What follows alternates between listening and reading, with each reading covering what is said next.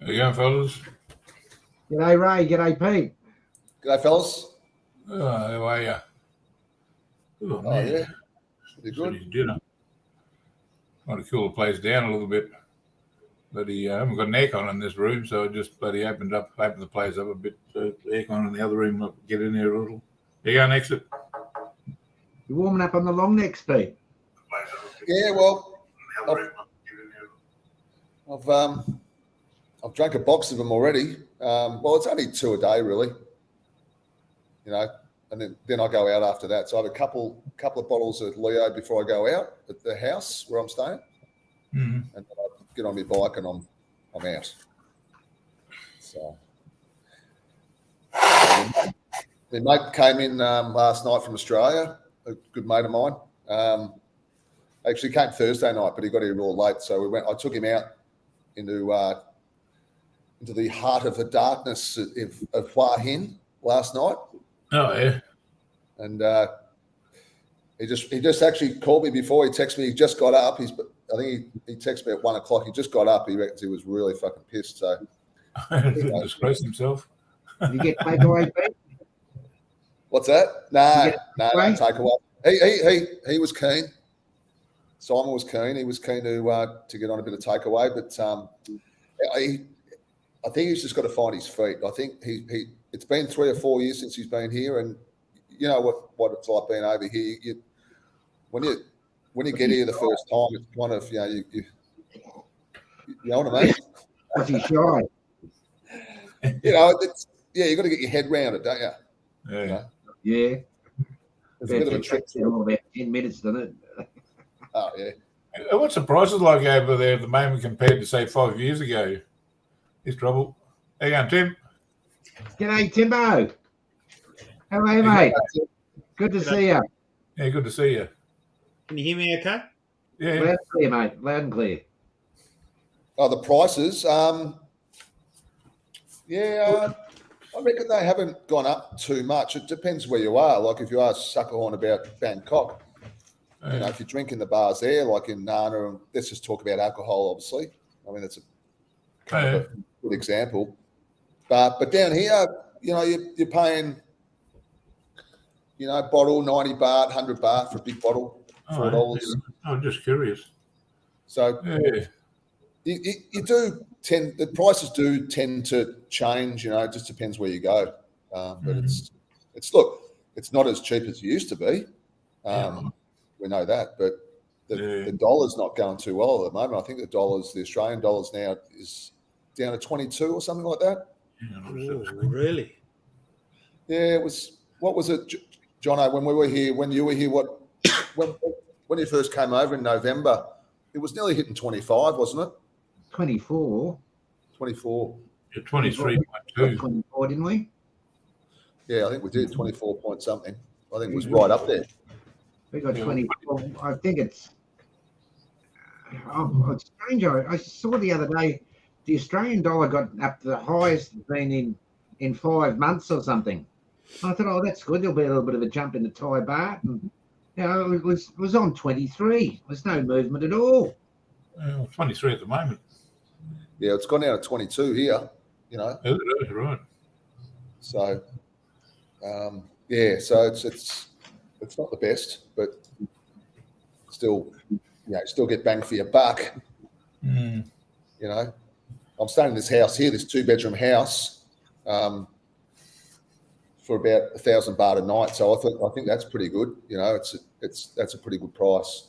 Oh yeah.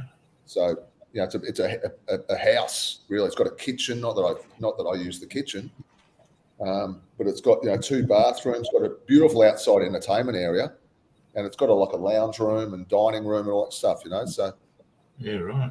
Pretty good value. Yeah, well, that's not bad. Bloody house for that price. You're bloody getting a motel for that in Bangkok. Yeah, well, my mate in town in Hua Hin, he's staying at the Wanara Hotel. I don't know if you guys know that one. It's been around for a while. He presumed that he was going to get a poolside room, which if you know the hotel, they are the best rooms, the ones on the pool. But he got put upstairs. He was spewing. Anyway, he said, he wanted a poolside room and all that. They had to pay an extra 600 baht a night on top of what he's already paying, and they didn't even throw breakfast in. Fuck. Yeah, Luke, Steve. So, How much are you paying a night? I think he's paying about 1,600 a night. You know, and he's here for a month. What's that about? You should have said, "Hey, you have a spare room. I'll give you a poolside room. Give me 600." Nah, I don't need the money, and I don't need to share with someone. I'm quite happy being fucking alone. Might end up with some bloody Cambodians there or something. How you been, Tim? You're looking well, Tim. Putting on a bit of weight. Oh, a little bit, mate. Yeah. Yeah, a little bit. Couple of little issues at the moment, but yeah, hopefully it's all going to work out all right. Yeah. Good, mate. Hope all's well. Yeah. I've had a few issues myself today with a mate or two. Might have a couple of bourbons after. Maybe I'll see what happens. Just getting older, Kate, but doesn't get any easier, does it? Yeah. It's a difference from 50 to 60, but I tell you what, you know, from 60 to 70, it's a totally different ball game. Yeah, when you're young, you fucking like 20 going on 20 going on 21. When you're fucking 60, 66 going on bloody 82. You know what I mean? Yeah. Oh. Yeah, it definitely gets harder as you get older, especially with going out. You know, like in Thailand here, going out to the bars and stuff. You just can't do it every night. You know, it's kind of impossible, really. Just haven't got the power. No. I was sort of No power. No power. I'd do 2 days out, then I'd have a sort of a day off or half a day off, and then go at it again. Time I got home, man, I was fucked, but you know. Yeah, like I got home about 1 o'clock this morning. That wasn't late,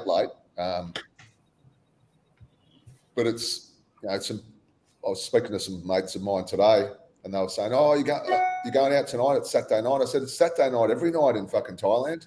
You know, 100%. It's not hard to lose track, is it? You know, like you got to go out at Saturday night. Fucking hell, every night Saturday night. Steve Pratt, I retired at 39, mate, and fuck me, I'm 60 in April, and looking forward to getting my what is it, fellas? The seniors card and the gold April card for $2.50 maximum per day on the gold April card in Sydney or the outer west of Sydney or wherever you want to go. $2.50 a day. That's the highlight of my year, fellas. Yeah, I got one of them. Oh, hang on. Oh, no. Yeah, I've got a seniors card, but bloody. Don't you get like cheaper like public transport rates and all that kind of stuff? Yeah, well, that's the Apple card, Pedro. So the Apple card now, you scan onto any of the forms of transport in Sydney, and depending on the hour, it charges you a maximum of, say, $6 to the city, or off-peak it might be $4. On a Sunday, it's $2.50 or something. But with this gold Apple card, wherever you go, whatever mode of transport you use, except for the airport connection, it's $2.50 maximum per day. So I could travel up to the Blue Mountains, down to Wollongong, up to Gosford, into the city, catch a ferry to Manly, go back by bus, light rail, $2.50. Yeah, that's good. What's a gold Apple card? Yeah, mate. Yeah. I'll look that up. Yeah, never heard of it. To answer Steve Pratt's question, yes, Steve, retire as soon as you can, mate. You know, there is life after work. You know, that's for sure. Peter would vouch for that, wouldn't you, mate? Oh yeah, for sure. I 100%. It's people find it hard. People find it hard to fucking have all this time on their hands because they're just too used to working all the time. But you know, fucking work fucking long enough. You know. You can tell me about it. I'm fucked. I'm worried. The What Steve said though, what's the secret? The secret is a routine. Yeah. And you all develop your own routine. Because if you don't have a routine, you get lost. Yeah. It's like being over here as well. You need a routine here. I hate the word. I hate using the word when I'm overseas traveling. But when I'm here, when you're here for, like, I've been here nearly, well, it's going to be 3.5 months. Bloody hell. Back Jeez. to Melbourne. You do need a routine, you know, like, because it's like you actually kind of living here a little bit, you know, you get into that routine thing because it kind of rubs off after a while, then, you know, going out and all that kind of stuff. You need to have, like you said, a routine over here, because if you haven't, and you're here for that long, you know, you're just going to fucking, you're just going to overdo it, you know, on this stuff. And that can be a real trap, eh, Pedro? Yeah, over there. Oh, for sure. It's been a trap for me for years, not just here, but back in Australia as well. But I try to manage it as much as I can. I reckon I haven't had a dry day for fucking, I don't know, a long time. That's only, like, say today I'll have a couple of beers with a stream. That'd be about it for me. I'll have a quiet one tonight, but I think what I was alluding to was more to the point where expats go over and think of the dreams, and they sit there at a bar stool and criticise the kingdom, criticise their former nation, and just sit there and get pissed every day. I certainly wasn't alluding to you with that, you know, because how many people over there from Australia, England, US, etc., are bitter and twisted because they've chosen the life of a bar stool. Yep. Exactly. To tell you the truth, I haven't met too many Aussies over here. I don't know what's going on. Hey there, Joe. Not too many Aussies over here at the moment. Not, you know, I usually see shitloads of them in Hua Hin, but I haven't seen that many. Haven't seen that many at all. Mainly Euros, mainly a lot of English. But you're right. You know, you've got a shitload of bars in this town. It all depends on what you're over there for. You know, if you just want to go over and get drunk, or, you know, like, if you want to drink yourself into oblivion, that's the place to do it. But, you know, but it's all different. You know, it all depends where you know what you want to do over there. Yeah, I think there's more bars here than there are people. You know, that many fucking bars here. It's fucking unbelievable. Well, Thailand, they love to make a buck out of you, that's for sure. You feel your pocket get yanked on the whole time you're there, don't you? There's these bars with like one lady or two ladies at the most, you know, and there's just heaps of them. And there's a lot of bars that aren't open, and there are a lot of bars that are open, but they just don't get the punters in there. You know, there's just too many bars. So anyway. Yeah. G'day, Henry. Thanks for joining us.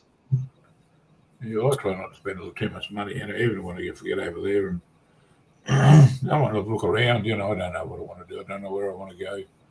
I'm just going to wing it.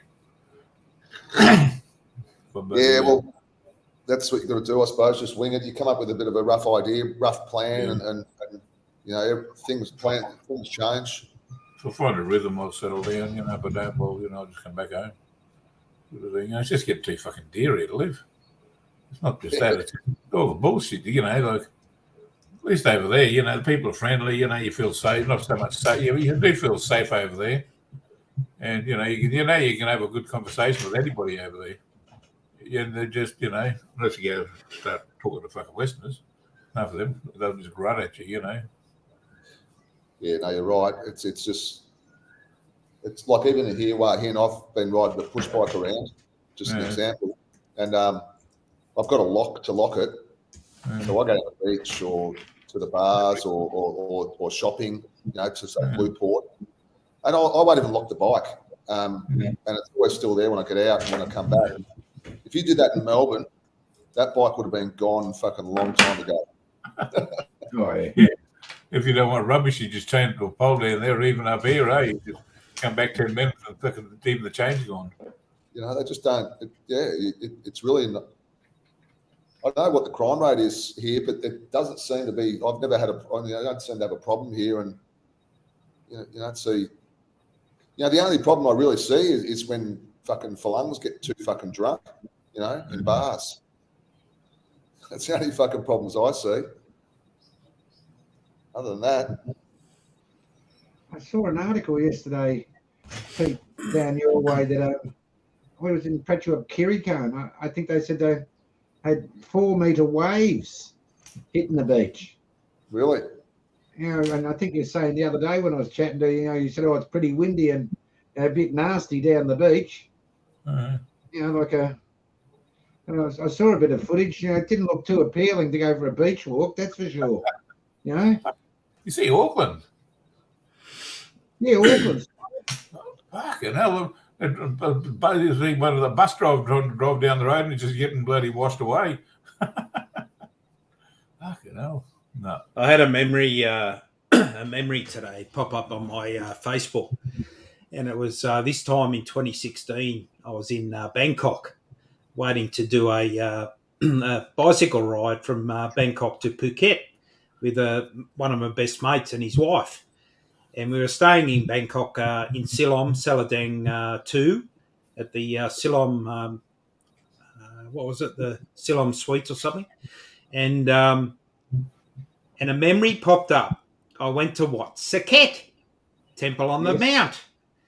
And my hands down, probably one of my favourite temples in Thailand. And so up I went and did the thing and got some photos with monks and things like that, and was there for the chanting ceremonies, got up early enough, and I came down the stairway.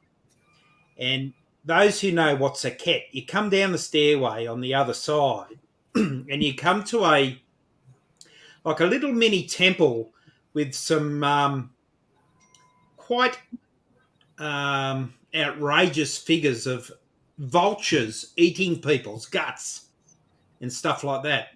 Oh, it's quite yeah. So I've gone down there to take some photos, and all of a sudden, this monk's appeared from nowhere, and I've gone, fuck. That's cathartic or something, you know, like what's happening here? I'm going to be blessed or something.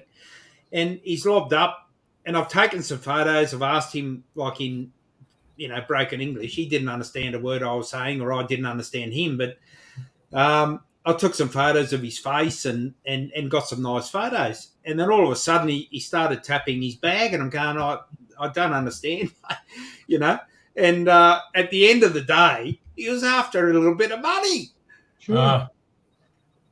So I gave him $100 baht and thanked him very much, and off I went. But one of my friends said, "Oh, monk shouldn't be asking you for money like that, you know." But anyway, it was only $100 baht, so got some good photos. I was so bloody Kim. I think it was Kim did a vlog on that. Yeah, you go there and it's just all these bloody people disemboweled and bloody chopped up and bloody all this sort of shit. Yeah. Statues, you know. On the other side, as you come down the other side of the temple, yeah. Yeah. That's what they do in Nepal, don't they? Or Tibet or Nepal?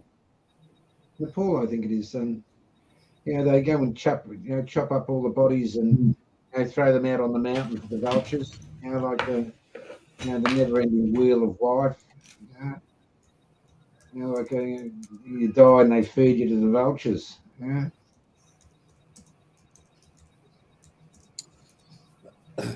Joe, are you? Joe. Steve Morris is going to be in Bangkok apparently. I reckon around this weekend. I can't get back to Bangkok myself, but I was wondering whether you're going to go catch up with him, Mike Tubar. I was actually thinking about doing an overnighter just to go back to Bangkok and meet up with Steve. It's probably worth the couple of hours in the fucking taxi. But jump on your bike now. Yeah. Jump on your bike. Get there. What 3:30, 4 o'clock? You'd be there at 6:30. Oh yeah, I'll be in Cowboy by fucking 7. You know.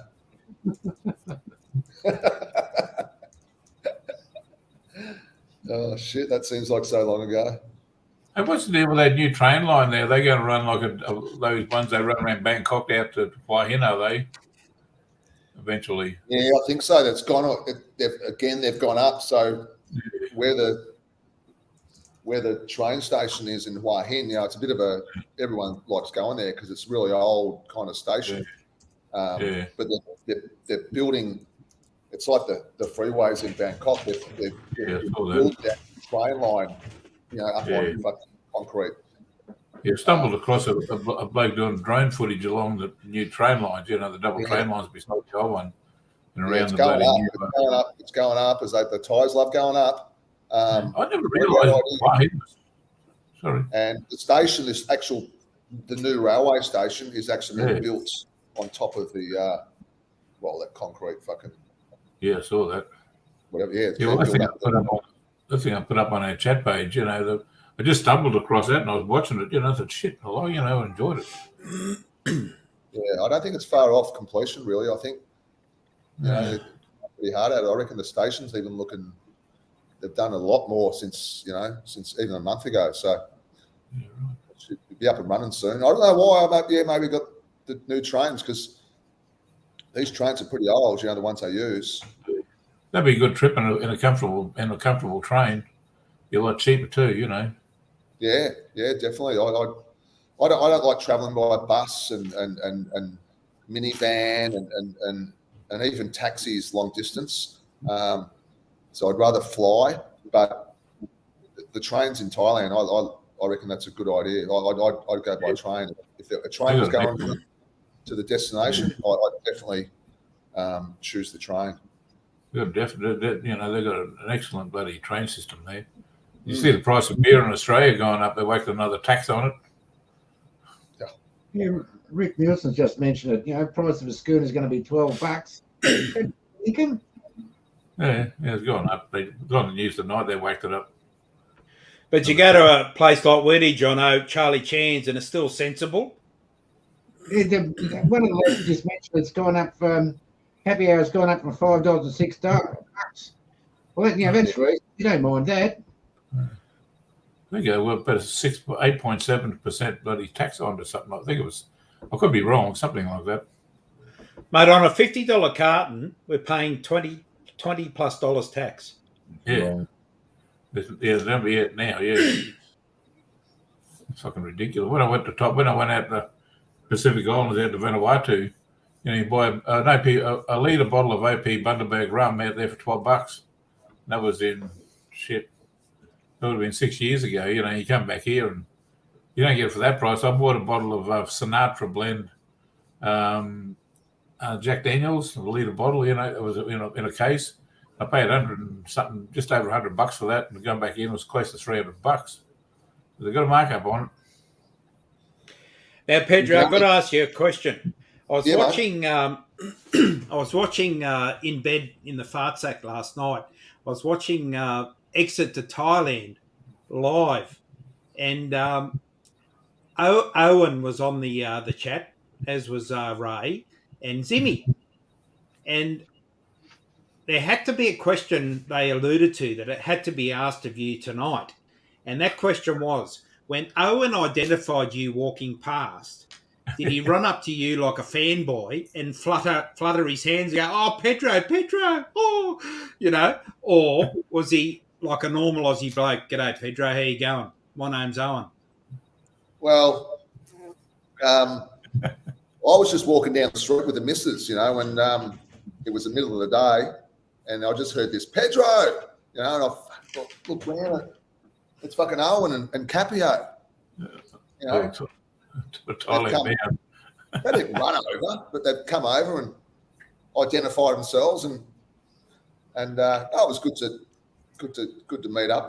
Put some faces to names and shit like that. So, yeah, I wouldn't say they ran over or that. We're just kind of. I think they just. He reckons he knew me, identified me because of my hair. The mullet. Yeah. They wouldn't be giving Owen shit about thinking they're calling him Thailand bound. They're calling him Owen bound. Yeah, I know. Sorry, if Owen's no, just having a laugh with him. He's all right. Yeah, I didn't. Good stuff. Yeah. Yeah, that was good. All banter, of course. Yeah.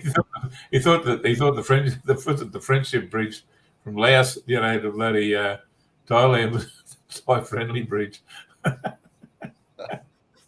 Just gigging him, just fucking having a laugh. Geez, that fella in Laos puts out good vlogs, Ray. Yeah, doesn't he? He really does it. Really does him proud, doesn't he? Yeah, mate, it's fucking outstanding, and the way that he contributes to that community Exactly. is, really, really, I'm not sure of the word, but highly honourable. Exactly. You follow him, Jono? No, I don't. I don't follow him, but It's a channel called Now in Lao. He does some good drone too. I've seen a few of his, but he's good. He's good. I grant you that. I was just thinking. Yeah. I'm trying to remember the name of a bloke. I saw a video this morning. He's been in Thailand 20 years. He reckons. He married to a Thai. He did a video on Campan Pet today. I think Joe follows him actually. But he speaks very good Thai. And he was sort of zooming around the back streets of in the alleyways of Campan Pet on this video. But he was quite competent, and he was showing sort of the older parts of the parks in Campan Pet, but I can't remember his name offhand. But he had I think 7,500 subscribers or something. He only had a video up a few hours, and he had about 1,000 views on it. So you must have that Diamond Wall City in Campang Pet, something to behold. It's a wonderful little tour around that area.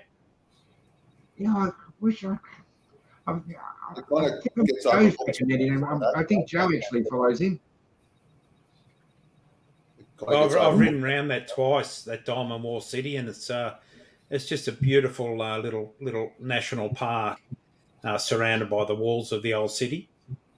It's very not many people go to Camp. Unless they've got a wife from there, or it's not very. Even the Thais, it's not very. They're not a very touristed spot, but it's got some very old memorial parks, from the Sukhothai period. That's for sure. Mm. Let me see what I can. A bit like Nakhon Sawan, where my wife's from. It's not a lot of people go there either. It's just one of those places that it doesn't draw kind of tourism. It's kind of a stopover on the way to somewhere else. Yeah, must be getting away now over there. Every fucking Westerners walking around with a fucking gimbal and a fucking camera going off. Oh yeah, well there are a lot of cameras, and everyone's got their phone out. That's the kind of life we live in now. But so people love taking selfies. The Thais love it. Yeah, what they do before mobile phones come along. Oh, they love the selfies. Thai girls. Here we go, Steve Morris. G'day, Steve. G'day, Steve. Hey, Steve. That's the bloke. I've got it now. He's called James Abroad. Oh, yeah, I've seen him. Yeah, Pommy bloke. Yeah. Yeah, right. But as Exit said last night on his live stream, he's got one of those fancy DJI gimbal, little DJI Osmos or something, and he's got a lot of footage on his memory card, and he gets embarrassed walking around pointing the gimbal in front of people when he's walking a street walk, because a lot of people, you've got to have a lot of front to do that, and you've got to have a lot of but where I'm getting at, like when you walk down the street I know exactly what you're talking Soy about. 4 or a Soy 80 or something like that, you're walking in front of people, and a lot of the girls from up north and Isan don't want to see their faces on camera. No, definitely. So it takes a lot of front to talk with the camera facing away. more so than facing itself. You've noticed in my vlogs when I do the bar area, I'm not a real big vlogger on bars and girls and shit like that, but it's where the views are and the clickbait and all that kind of stuff. And it's amazing if you put that on your vlogs. It's amazing the views you get. Like it just goes up so much. But you're right. Like I don't. So when I go to the bar areas, I kind of go early. So say around 6 o'clock when there's not many punters there. I'm not going to fucking be going down there, put the camera around at 11 o'clock at night. Yeah. And then I don't pan. I won't pan around. I'll just walk straight. And you can see the peripheral. You can see the bars, but I don't point it like that. And I've had a few subscribers requests that I kind of pan the camera more.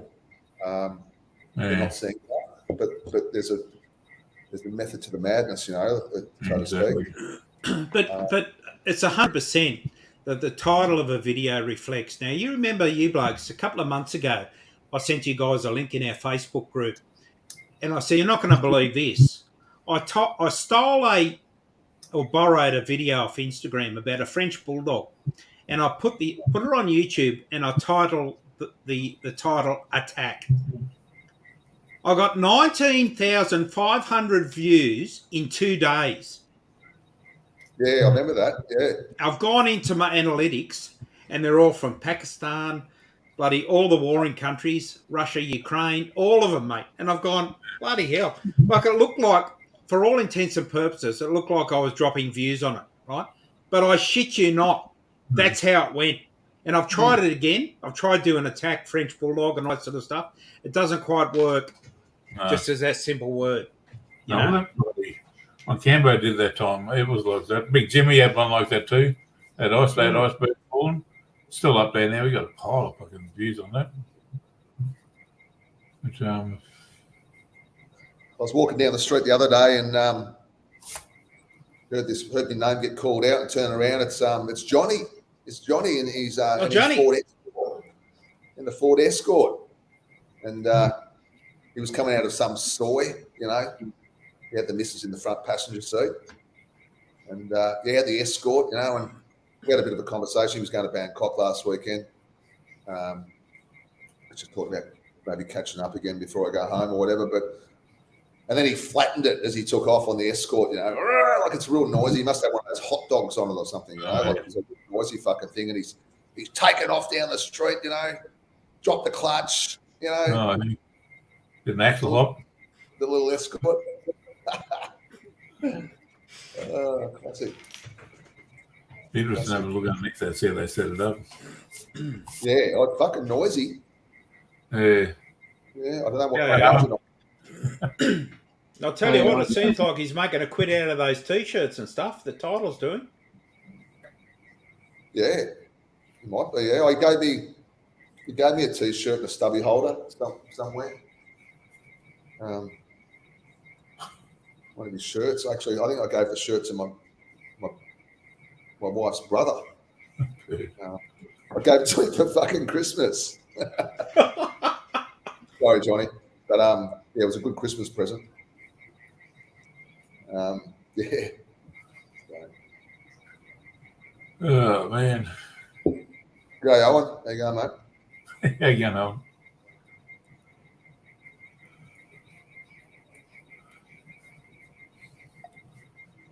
Oh man, yeah, it's been bloody. Now one of my favourite ones was him was when he went to the the communist caves, and his interaction with that old lady. Remember that one? No, I don't. I've watched a few of them. He pumps the vlogs out, doesn't he? He pumps them out. There's an old lady there. They couldn't speak the language, but man, the way they interacted with her was just, excellent. Sort of thing, they give them, they always leave money, you help them out, sort of thing, little kids, all that sort of stuff. Yeah. I like that stuff. I actually like the end of his vlogs when he does the still photographs. Yeah. That's my go. Yeah. Yeah, he does a good job, I really enjoy his stuff.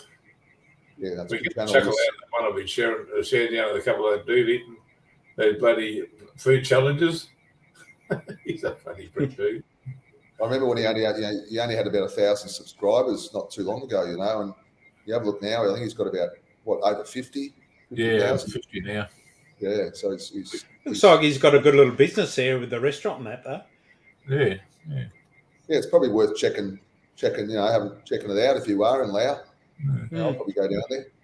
I like that festival thing. That bloody all the girls taking their balls to the bloody festival. And he's saying that's probably where the you got yourself a good catch come from. Well, it's good original stuff, isn't it? Like we were talking about YouTubers over in Thailand. They're fucking everywhere. I don't really know too many YouTubers in Laos except besides him. No, there's not too many. Yeah, that's quite correct. Yeah. And It's correct to say that a lot of the Lao women go to, like the Burmese, go to Thailand to work, don't they? Yeah. My fucking first time over there, I went to that hideaway, and Hot Wheels was there with a fucking camera, wobbling around the place, and he had it fucking without a foot in my face, and he hit me with the bloody thing, Oh man, you can understand. Hot Wheels, mate. Fuck me. Is he still going or what? Oh, I don't know. I thought he might have had a stroke. I don't know. Oh God. No, I didn't waste my time getting my fucking GoPro out in Pattaya. Yeah. Not worth it. Speaking about Pattaya, I got a little bit of mail on the meet up at the Sexy Bar on Christmas night, I think it was. Where Ricky was there, and or what is it, that Ron and all the YouTubers were there. Apparently they're all tapping each other on the back and all hanging out of each other as if as if they were red carpet raiders. Or something. Like they're all movie stars. And there's a very prominent YouTuber there sitting in the bleachers. They didn't know who he was, and they were just sitting there laughing at them all. This bloke's got more views and vids than a lot of them put together. And here they all tapping each other on the back, actually thinking they're important. They think they're important because they're a YouTuber. Oh God! I laughed my head off when he told me that today. Oh God, what a joke! Oh, that'll be something we all know in way. confidence. Sorry? In confidence, Jono. That'd be someone we all know sitting in the bleachers. Yeah. Yes, he'd be sitting in the bleachers tonight. Actually, at the moment. Yeah. Yep. They'd all be self-deprecating, fucking sucking each other's virtual cocks, bloody, Oh God! Then they video each other to video each other. I know. Pointing the fucking cameras at each other and. Oh God! I think they're important because they're on YouTube. Fucking YouTube. Joke. Oh, it's laugh my head off. Well, it's probably one of the only fucking things they've done in their life. I don't know. Like they probably had a fucking boring life and never achieved too much. Remember that joint we went up the mountain, Pete? And who was it? I think it was Trev said that, like that barman. He said, "Oh, he's a pretty important YouTuber." He said, "I don't give a fuck." Who like you said, the publican? He said, "Oh, we're YouTubers." I don't give a fuck who you are. He said, "Fucking YouTubers." Yeah. YouTubers. Only get a bourbon. I'm always paranoid about it, like talking about fucking shoving cameras in people's faces when you're over here and stuff, and I get really paranoid about it. I don't want to fucking, because I just think everyone's fucking against it. I just take it like people don't want to fucking see me, walking down the street, fucking pointing my GoPro everywhere. I just don't think people appreciate it, and nor should they. So.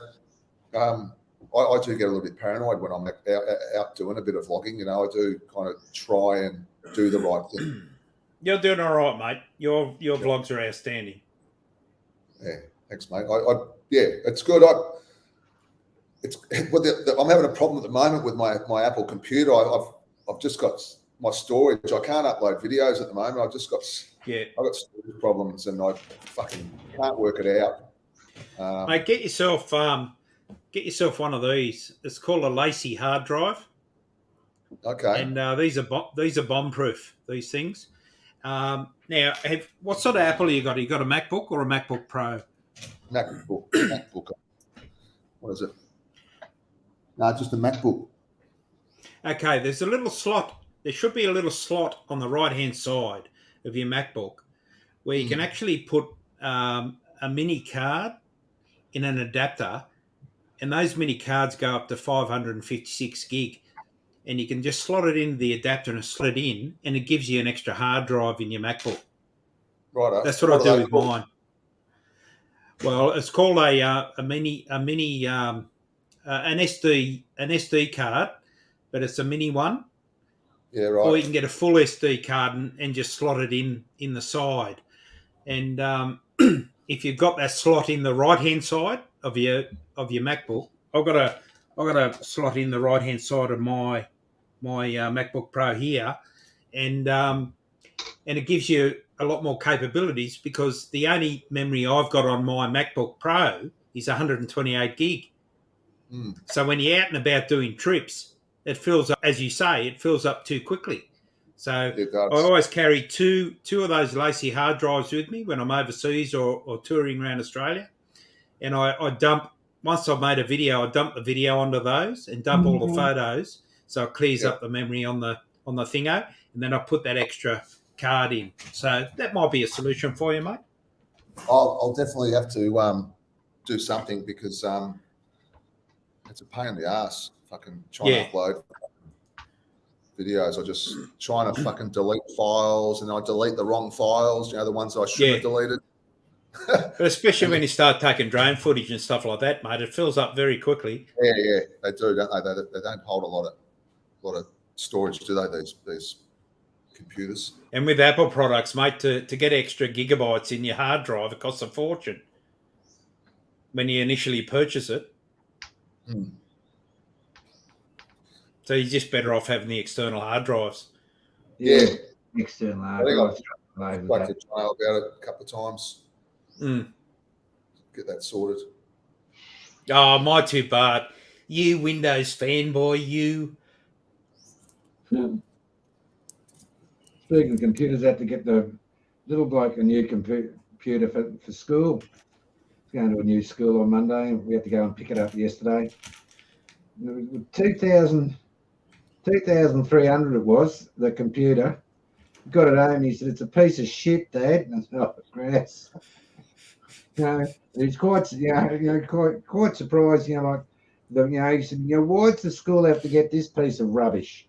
For 2,300, he reckons you could have got this and, much better quality and blah, blah, blah." But, I tried to explain to him as to, the school will have some arrangement with, a certain company, they'd be getting a sling out of it all. And every computer, this company's buying, they'd be giving the school so much money.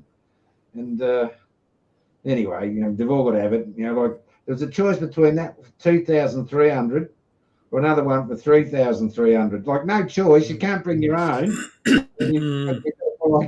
You've got to buy one of these specific computers. What kind of? So Monday it all starts. Is he boarding, mate, or is he a day boy? He'll catch a train in, Tim. He'll catch a train. Yep. Yeah. Bit of a track on the train for him, but it'll make him grow up. Yeah, for sure. Well, it's not. It's actually. I was thinking about because he's got to get off at South Yarra, so he's got to change at Richmond, doesn't he? Yeah. Yeah. Right. Yeah. Yeah, interchange at Richmond. You're going to do the first trip with him, Jono, to show him, or? Oh, I've been on the train with him. Yeah. We had an orientation day, and we went in on the train that day, and then he had to go back about a month ago, about a month before Christmas, actually. Had to go on an induction day there. So he went in on the train, by himself. But he reckons, "Oh, it's all easy, Dad. It's all on the app. It's all on the phone app. You're right. I've got one of those, tracking things on his phone, so I know where he is. I can sit here and watch him on the phone as he goes through the stations. But I think I'm more nervous about him going there than what he is. I think that might be quite correct. Oh Well, yeah. Steve Pratt just said he's not catching the bus with Trev. No, he's not catching the bus with Trev. No. What happened an IPA on the way home? I know Trev doing these bus stop fucking beer reviews now. It's not beer reviews. Yeah, when he's at the bus stop, he does a review on he's got sitting there, with a brown paper bag with a can, waiting for the bus. They're loving it. These subs are loving it. They want to see more of fucking stop beer reviews. What a classic! Yeah, he's an original bloke. Yeah, those beer reviews must cost him a fortune because those IPAs and the brews that he tests and puts on his channel, they're not cheap beers, mate. No. Especially if you buy them one off. Like $15, $16 a beer. Oh, God. Here's another one of the little bloke going to school on Monday. They put out sent out an email on what's going to happen on the first day of school. Bring your swimmers along. Bring your togs along, your swimmers. You're all up for a swimming test on Monday. God. You're all got to go. All got to go. Swimming test. And he said, "I won't be able to do it, Dad." He said, "You've got to swim 50 meters in 50 seconds." I said, "You what?" I said, "Who told you that?" He said, "Oh, that's the male that's getting outside." Bullshit. I said, I couldn't swim 50 meters in 50 seconds. And I said, most people couldn't, It's not going to happen, As long as you get to the length of the pool, at school you'll be right. But I think it's one of the only state schools in Melbourne that's got its own swimming pool. But it has since I was there, that had its own. It's got a pool, has it? I didn't know it had a pool. Yeah, it's got its own swimming pool, and used to have its own rifle range there. Yeah, at a rifle range. Kids, and if you're in cadets, you go and pull a rifle at lunchtime and go out and put a few rounds to the rifle range at lunchtime. Yeah, let a couple of zingers off. Yeah, my school had a small bore. My school had a small bore rifle range underneath the gym, and a pool and a diving pool. And when they were instructing us to dive, I used to go okay off the 1 meter board, fellas. But once they asked you to backwards dive and stuff off the 1 meter, I was a fucking spastic. And then when they said jump off or dive off 3 meter board, I couldn't do it. I could not do it. It's a long way up in the 3 meters. Fuck that. 3 or 5 meters. When you're standing on top looking at a brick of water, out of water. And then you go back to go down the stairs, because you're just not going to do it. And then there's too many people on the stairs, so you've kind of got to go. You got to go. I've got a mate. I used to work with a young bloke at Drummoyne, and he was a New South Wales state diver, and he'd do those fucking swan dives off the or tumbles off the 10 meter tower and everything, mate. Kudos to those blokes, Yeah, we. Down our local pool down in Baronia, the poolies used to chuck you out if you did a bomb.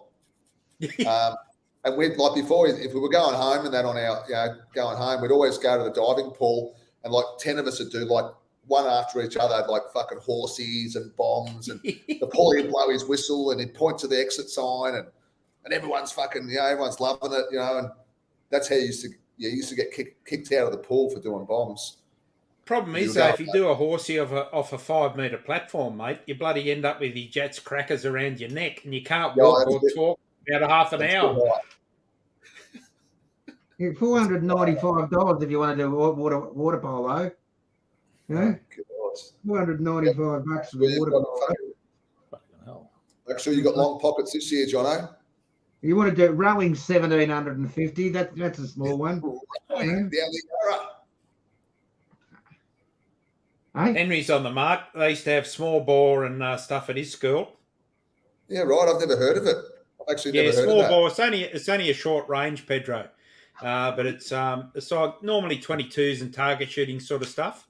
They compete in the schools. Well, they used to have 303s. No? Oh, yeah, in cadets. Yeah, but I'm talking indoors underneath the gymnasium, Jono. Like, Oh, you- cadets, we had all those. This is a side range. All those yeah. firearms in cadet camp and stuff like that. And remember, you'd remember, Jono, and my older brother's about your vintage. Remember when you used to carry the 303s home on the train or whatever Yeah. mode of transport, right? And I think they took the cocking device out, or the Firing thing. pin. Firing pin. The firing bolt. pin. But you used to, the bolt. You used to take them home back and forth on the train or whatever On mode the of train, transport. you know, you do for Yeah. group of kids, cadets, you know, and everyone have a rifle. No? Fuck, that'd go down like a Led Zeppelin now, wouldn't it? You do that now. you know, Oh, Jesus. Fucking hell. Imagine it now. It'd be like a fucking, they'd isolate the train and, Oh, Yeah. shit. they'd bring the SOG in, they'd be on Oh, standby. yeah. Shut down the fucking suburb. Yeah. They do Those that. are some of the best experiences of my life, John, doing cadet camp at school. You know, Jesus. you have your 303 line over your top of your school bag, you know? Yeah.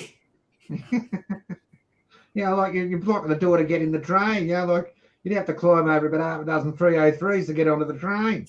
We didn't have the 303s in my day, but Christ, we went up to Singleton. Yeah, fucking We went 303 up to Singleton and bloody mate, we had our hoochies and bloody cadet camp and bloody they'd freewheel us in a helicopter down to the ground, cutting the engines up top and all this sort of stuff. Outstanding. And then when I was involved in the Olympics, we went up to Singleton for a bomb demonstration on what bombs combined with fertilizer can do, combined with diesel and stuff. Yeah, no, I shit you not, fellas. We were standing 1 kilometre away from a carcass of a car. We were on a grassy knoll, a kilometre away, and they had 25 kilos of fertiliser with diesel and a detonator, and they detonated it. And after a very short time, the shockwave nearly pushed us off our feet. And we went down to inspect the damage, and there was a 16-foot fucking crater where that car was. Yeah. So that shows you what. And you look at the first World Trade Center bombing. I think there was either 1,000 tons. Oh, no, it wouldn't have been that much. A ridiculous amount of fertilizer. Yeah. Frightening stuff, mate. Frightening. When I was a kid around here, there used to be an army camp here during the Second World War. Anyway, over a suburb away, there used to be a firing range there up towards Clear Mountain. Anyway, even now, there's still fucking mortar shells laying in the bloody bush. You know, we used to go look for them when we were kids, and we'd ring up the army and they come out and detonate them. It was good fun. Yeah, trail bike riders, when my sister and a mate was sitting up at Clear Mountain Lookout, and these trail bike riders were buzzing around down the bottom of the hill. Anyway, they stopped and they started throwing rocks or something. Next minute, fucking boom, the mortar shell dropped 2 of them. Jesus, they go off. That, no. Yeah. Absolute horror. No, that bloody, those bloody, what do you call it? Those fertilizer bombs go off. Oh, shit, yeah. I think that was one they used in Bali, didn't they? I think you're right, mate. Yeah. I made a mess. Have you seen that? I think it's on Netflix, mate, or Stan. Yeah, miniseries. That's a very good series. Yeah, it was. What's it called? What, the Bali bombing? Yeah, it's called. I can't remember the name, but Yeah. Have you seen that Black Snow? Black Snow. Not yet. No. That's a good one. That's about the that guy that's in the. Did you ever see Vikings? Yeah. No, I didn't, mate. The bloke who played Ragnar Lothbrok. Well, he's actually the investigator in it. It was 25. It was a cold case, 25-year-old cold case. Anyway, it was basically the people, just descendants from the old Kanaks that they brought out, cut cane up in North Queensland. And it sort of goes on. I won't tell you what happens, but that's a pretty good series. It's only about 8 parts. And I just finished watching one called The Mayor of Kingston, and I've just started watching one called Your Honour. Oh, yeah, I've seen that. Oh, fellas, I had to have a break from it today. It was fucking with my head. Like, not in a bad way, but it's that. No, not in a bad way. It's that complicated, Yeah, you and got to it's that study. pulling. No, it pulls you in, and there's Yeah. that many subplots and things on it. Yeah. That I watched 2 episodes. I've gone. Fuck, I said to the missus, I've got to have a break from this and get back to it later. It's just. Yeah. It's frustrating me because it's taking too slow to the point I know what's going to happen. Yeah. You know, we can see something coming. Yeah. You Yeah, just yeah, think exactly. of the fucking thing to happen. Yeah. That bloody there's a few shows like that. There's a few shows that kind of just suck you right in, and you kind of end up with fucking, nearly a whole series in fucking a couple of Yellowstone. Yellowstone, they bloody showed you they've showed after the 5th season. Now we've got to wait until later on in the year before they show us the other half, that bastards. Well, they've got you by the short and curlies, mate. Yeah. Then the other one, 1923. 23.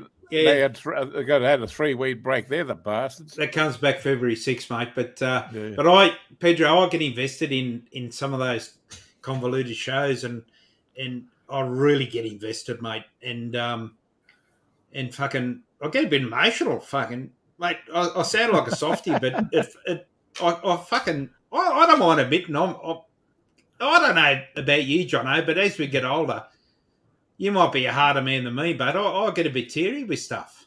Oh, no. You watched that Animal Kingdom? You watched Animal Chuck Kingdom? Chuck Norris in the top left. Yeah. Have you watched that Animal Kingdom? That's a beauty. Yeah, that's a beauty. I haven't watched that last season of it. Yeah, I got it, but I just haven't watched it. Animal Kingdom, outstanding. And you know there's an Australian movie that series was based on, with Jackie Weaver as the mother. Yeah, I saw it. Yeah. Ellen, but what's her name? Ellen Burstyn. What's her name? She was the mother over there, wasn't she? Ellen, I don't know her name, mate, but she wasn't a bad sort in a day. Yeah. But, what an old fucking miser she turned into be, a manipulator, rather. Oh, yeah. Now, that's a good show, that one. I'll have to finish watching that. I just... but, no, if you start watching bloody Vikings, you'll like that. What do you got there, Pedro? Probably my favourite. There's just a little cart on the street down the road, and they do that fucking fried chicken. Oh, nice. It's better than it's just better than KFC. Like it's Oh yeah.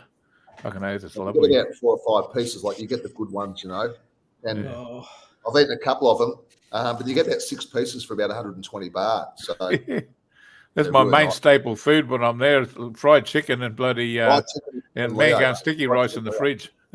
That's it. Oh, sticky rice, yeah. You got to get sticky rice. If I don't feel like going out for that morning or that day, I just want to have a lay around day. I got me back up and I don't have to leave. That's it. Sticky rice and moo ping, mate. Outstanding. Yeah. It's like the Aussie kebab, the old sticky rice and moo ping.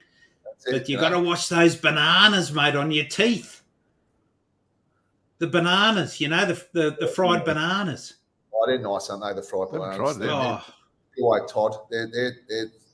They do them out here early. You got to get up early. Like you get up early here and go out there at about 7, right? Yeah. There's fucking people everywhere. There's fucking people fucking selling shit. You go there at 9, they've gone. Yeah. You got to get up early. Mr. Ball. When we used to do the bike tours, we'd always get up early and start on the road by about 7:30, 8 o'clock in the morning. And you'd ride through villages or CBDs of Hua Hin or what have you. And there'd always be, as you just said, all those carts out and the aroma just permeated you. Just wonderful. It's buzzing, all the locals are out. All the kids are going to school, so they're getting their food before they go to school. Yep. And and it's just a really good atmosphere in the morning. Yeah. G'day, Lux. Not that I see too many mornings, but Lux report. I try and see as many as I can. That bloody Mr. Baldini talk about the serpent. That was good. Yeah, they let the bastard out, eh? He never got the notoriety he was looking for either, the fucking ego freak. Oh, is that the serpent off that series? Yeah, they let him out, and He's fucked though, isn't he? he's fucking. Have you blokes seen that series? Oh yeah, Yes. he's fucking calculated, wasn't That he? was a brilliant series. Oh yeah, he's a cold Yeah. bastard. That one. Yeah, it was like a fucking Charles Manson, wasn't it? Oh yeah, fucking. When I first went to Asia with my old man in the early 70s, you know, like he was famous, you know, like he was, everyone was sort of looking over their shoulder, like like he struck fear, in those days, and his reputation, like he had a reputation back in the 70s, Charles Sabrage. He was an absolute, ruthless cunt. Yeah, wasn't he? Fucking hell. Oh, fellas, Lux is back in Thailand, boys. He's enjoying Phuket for the first time, and it's a rush of paradise. It'll be a Chinese paradise shortly, mate, and they'll be shitting and pissing in the street and dropping their dats whenever they want, and bloody surrounded by fucking Russians down there. G'day, Phuket's, Harry. they draw the Russians, don't they? Yeah. They love the Russians. Steve just asked me a question. How do you find the coffee? How do you find the coffee? The coffee's good over here, Steve. They've got their act together up here now. Over in Thailand now. Their coffee is really good. There's an Amazon coffee shop over the road, and there's a little Thai coffee shop that's kind of open for kind of Westerners. Yeah, right. And that's just over the road as well. So you can get a good cappuccino. I've started getting those ice ones now. The ones with the ice at the coffee. They call it coffee yen because it's cold. I don't mind them either. They're pretty good. So, yeah, to answer your question, mate, the coffees are pretty good. Remember we used to get it in the plastic bag, Pete? Pardon? Yeah. In the plastic bag, a bag of ice, and a plastic bag and a straw. That's right. You don't see that much anymore, but they still fucking give you a bag at 7-Eleven, and you buy a fucking packet of cigarettes, they'll put that in the bag, you're always saying mayao tung mayao, which is I don't want bag, tung's bag. I don't get bloody you're always saying that, but everything comes in a fucking bag. You just can't get rid of them, they're just everywhere. Bags. Thailand produces 95% of the world's plastic bags. I bet they fucking do. 95% of the world's plastic bags supplied by Thailand. Fucking bags. I've got some fruit before and it came in a bag, I went up and got the sap bolot, I try and eat a bit of fruit, every day. But that came in a cup. That was in a bag, and then they put it in a bag as well. Yeah. I had bloody fried chicken. When I was staying down Pattaya, I stayed at the March Hotel, and you had to walk up about 400 metres up this little soy. About halfway down, there was in the afternoons, they just sold like meals, Thai meals, but they main stuff was fried chicken, and it was probably the best fried chicken I think I've ever eaten. So I used to get a few pieces of that, keep it in the fridge, and on the corner, they had a bloody fruit shop, and they had the best mango sticky rice I've ever eaten. I used to always get one of them. Doesn't last that long, but I think it might be mango season over here because they're selling a lot of mangoes. Yeah, well, those sweet mangoes over there are fucking beautiful. They're selling a shitload of mangoes. I think it's mango season. They don't eat the sweet mangoes, the Thais. They like the stuff, don't they? Yeah, they don't like the sweet mangoes. Like we like them here. They reckon that's pig food. Yeah, they'd rather eat the green ones. The green ones and dip them in that fucking chili sugar. Oh yeah. Yeah, it's weird, but they are definitely. Don't really like the ripe stuff like we do, but it's I still haven't heard anything about the princess. I don't know if anyone's heard on the chat. I don't know, my two Barts knows, or I don't know, but I just haven't heard anything. So apparently she had a cardio arrest in early December. She's only 4 years old or something. Anyway, so she got rushed to hospital, and really nothing's been said since. I don't really know.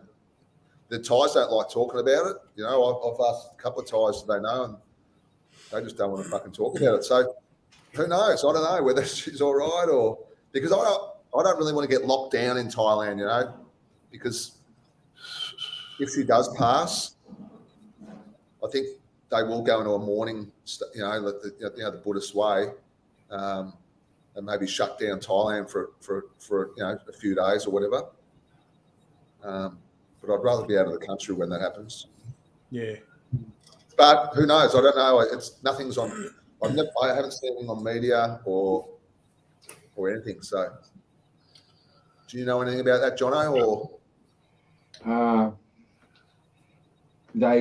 Well, it's like when Rama the Ninth died. You know, like they immediately went in, you know, in the morning. You know, like what I thought was absolutely ironic. You know, I was in Thailand at the time, and the news, you know, even the television stations, you know, they killed the colour on the TV, you know, and everything was in black and white. You know, even the news, you know, in black and white, and, it was very strange. But there will be a period of mourning, but she's held in very high regard, you know, the eldest princess. But you know, there's the question, you know, arises, you know, with regard to the act of succession. You know, who will take, you know, the young prince? What is his name? What's his name? Prince Daylong Korn or something like that. I can't remember. But it's the first time that they've announced that he's not the full two bob. oh, Right. They announced that he has what is it, Asperger's disease or something like that, and that the oldest sister, she was going to say if the current king was to pass away, she was going to be regent, you know, and him be the king because he's only 16 at the moment. You know, he's only a young man.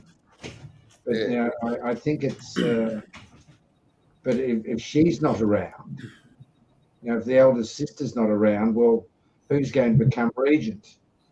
You know, will it become his younger sister? Oh well, you know, his other, you know, the king's other daughter. Well, that being the case, you know, if she was become, you know, regent, you know, what about her three brothers in America? You know, who aren't recognised, you know, by the king. You know, like, like she's got no chance. But you know, I think it was after Ramanine died, and in preparations for his funeral, that I was over there with my wife, and we did a couple of tours around the Grand Palace and things. And you remember around the Grand Palace they had like the park that's sort of outside on the other side of the Grand Palace. They had made these tents that were covered for probably 600 metres to a kilometre, and there were all the Thai people dressed in black just sitting there waiting patiently to pay their respects to Rama IX. And I think it was at the time that like the ceremonial temple. Remember the temple for the funeral that was built in the park? I think it was at the time now. Right? Sorry? Where was that? Where they had they built the temple for the Sanam Luan. Sanam Luan. That's right. I watched every minute of that. Yeah, Jono was there when he did pass. Yeah, right. Jono actually went There were down. no tents the day that they brought him to Wat Rakau, you know, and he had to lie in state for 100 days. There was no tents, you know, there, you know, like sitting on the asphalt for, you know, 6 or 7, 8 hours. Waiting for the parade sort of thing, the passing. Yeah. I thought, if the Thais can sit there for hours, so can I. But it was a sea of black. Sea of black. Every Thai person had black on. Yeah. You know, it was Most including myself. I had a black suit and a black tie on, you know, sitting in the heat. I tell you what, by the end of the day, I was red as a lobster. Didn't even bring a bottle of water with me. No. They'll give him water out though, won't they? Weren't they doing that? No. No. No. Fuck you. Okay. And if you put up an umbrella, to stop the heat from the sun, the cops would say, pull the umbrella down. All right. You Don't know if What he's I- still. I don't know if he's living in Germany, Mr. Balding. I don't know whether he's over there at the moment. Who knows? I mean, he just comes and goes once. It doesn't get advertised. It doesn't get spoken about. Who knows where he is? But I think he's in country. I think he is in country because of the princess. He's the old solar panel would have copped to work out that day, Jono. Oh, mate, I was red as a lobster that day. Bloody hell. I was down at Prachuap Kiri Khan a couple of weeks ago. Love that family. part of the world. Love it. Yeah, beautiful spot. And we went down to the Navy base there where the beach. Anyway, there was heaps of coppers and that around. I was thinking, what's going on here? Anyway, the son, the king's son, was down at the Navy base, and next thing you know, he's out on a jet ski. You could see him. He was out probably about half a k out, and he was jet skiing around there. This is the king's son, and they had like about 4 Navy boats around him, right? Those the small Rubber ducky kind sort of things. Rubber ducky ones, with the big motors on the back. They had about 4 of them circling. They had 2 ships off the coast, just for the son, just to go out and have a little bit of a bit of a ride around on his jet ski. Imagine if you're a vlogger. Imagine if you're a vlogger and put up a drone at that particular time. Yeah, oh yeah, I'd be on top of you. There was coppers walking down the beach and fucking, Apparently, he was down there. He was. The reason he came down was because I don't know if you heard that Navy boat fucking sank. The Thai Navy boat. Did you hear about that? Right. Thai Navy boat sank. Yeah, no, and all these Navy, Thai Navy sailors, they all fucking perished. Like there was about 50 or 60 of them died. Anyway, he was down there, just to give support to because I think some of the bodies washed up on that beach. And apparently that's what I heard. Don't know how true it is, but he was down there just to pay respects to the Navy down there because of the loss of life. So that's probably the closest I've ever come to the Thai royal family. Because the son was just his son's out there burning around on the jet ski. Just a question for you on screen, Pete. Yeah. I caught up with Johnny. I caught up with Steve. I caught up with him a few weeks ago, actually, down in Soy 80. I met up at the 7-Eleven up the top of the road there, if you know Soy 80. He had a couple of subscribers meeting up with him as well. An English couple. We went out for a couple of beers. Wasn't a late one. I think I was home by. I don't know. I was home quite early actually. It's about 11, I think. But caught up with him. I've seen him around town, ripping around in his Ford Escort.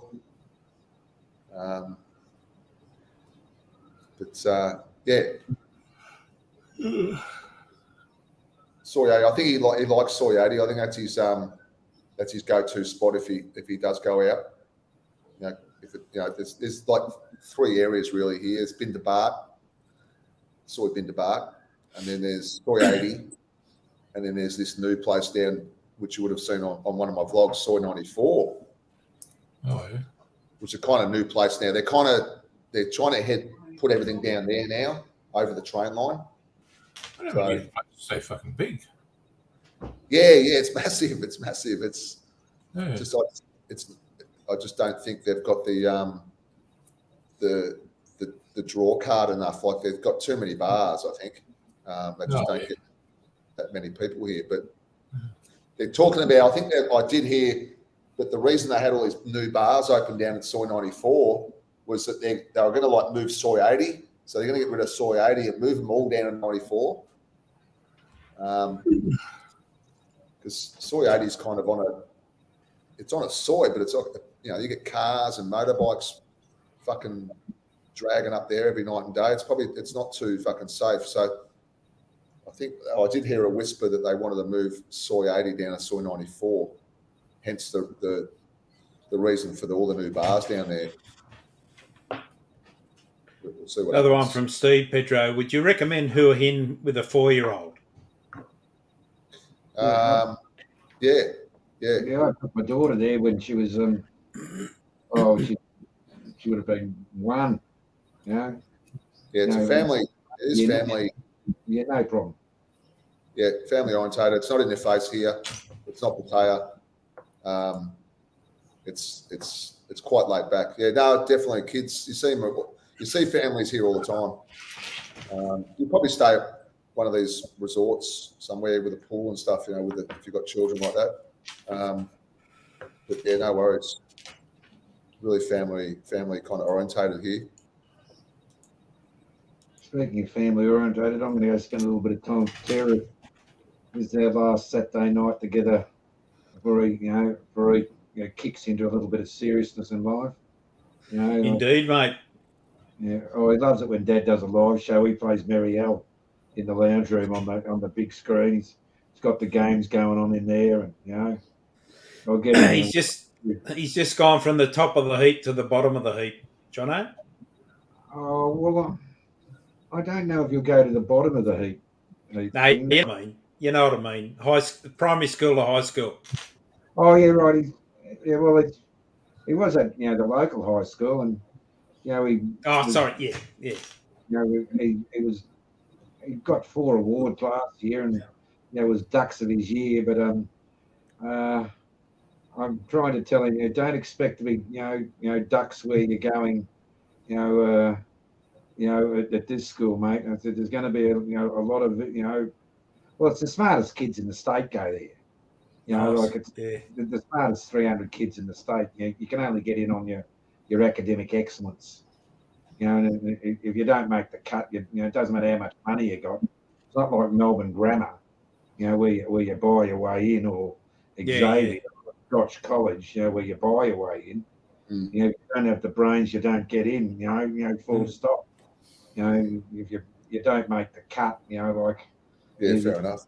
Get in. It doesn't matter. It doesn't matter if your old man went there or not. You're not going to get in. It's just purely on academic excellence. And saying that it's Spot the White Man, believe it or not. Is that right? It is Spot the White Man. When I went there, I noticed two Aussie-looking kids. The rest, were 80% of Indian extraction, and the other 20% were Chinese. Aussie. I can't sit back there and criticise because my kid's half Asian anyway. That's what Melbourne's like now. Melbourne's been like that for a long time. It's always been known to be multicultural, similar to Sydney. But you go into the CBD in Melbourne now, it's like being in Shanghai. I reckon I was there a few years ago before COVID, and walking around Melbourne was just like, I've never been to Shanghai, but there was a lot of Chinese. And they're all living there now. Everyone lives in town in that kind of city living now. When I went to school, there was one Chinese kid. Chinese, at the school. Not now. There's one white kid, which is a bit of an indictment upon our education system, really.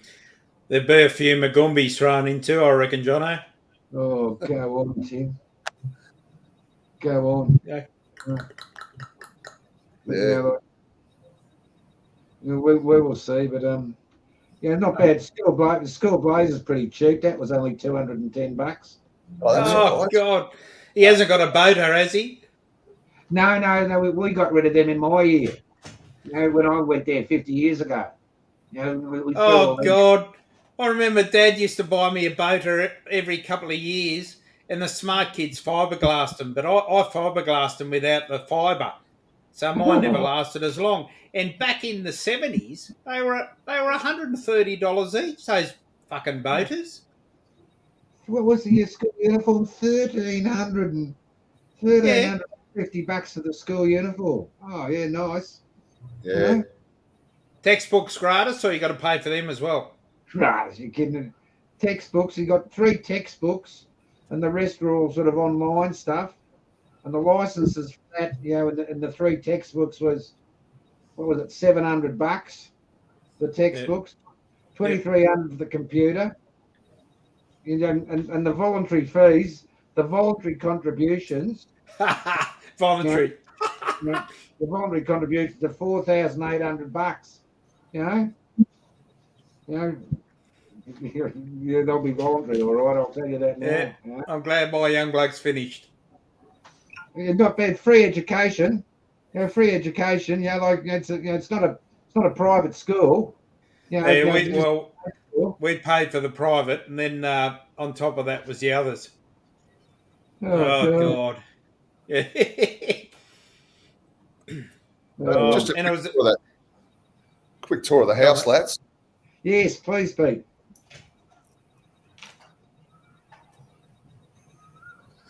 That's the outside area. This is kind of the best part of the house. Can you hear that bird again? Yep. That cow. Yeah, those birds, they just go on forever. Anyway, that's the sitting outside sitting area. There's nice.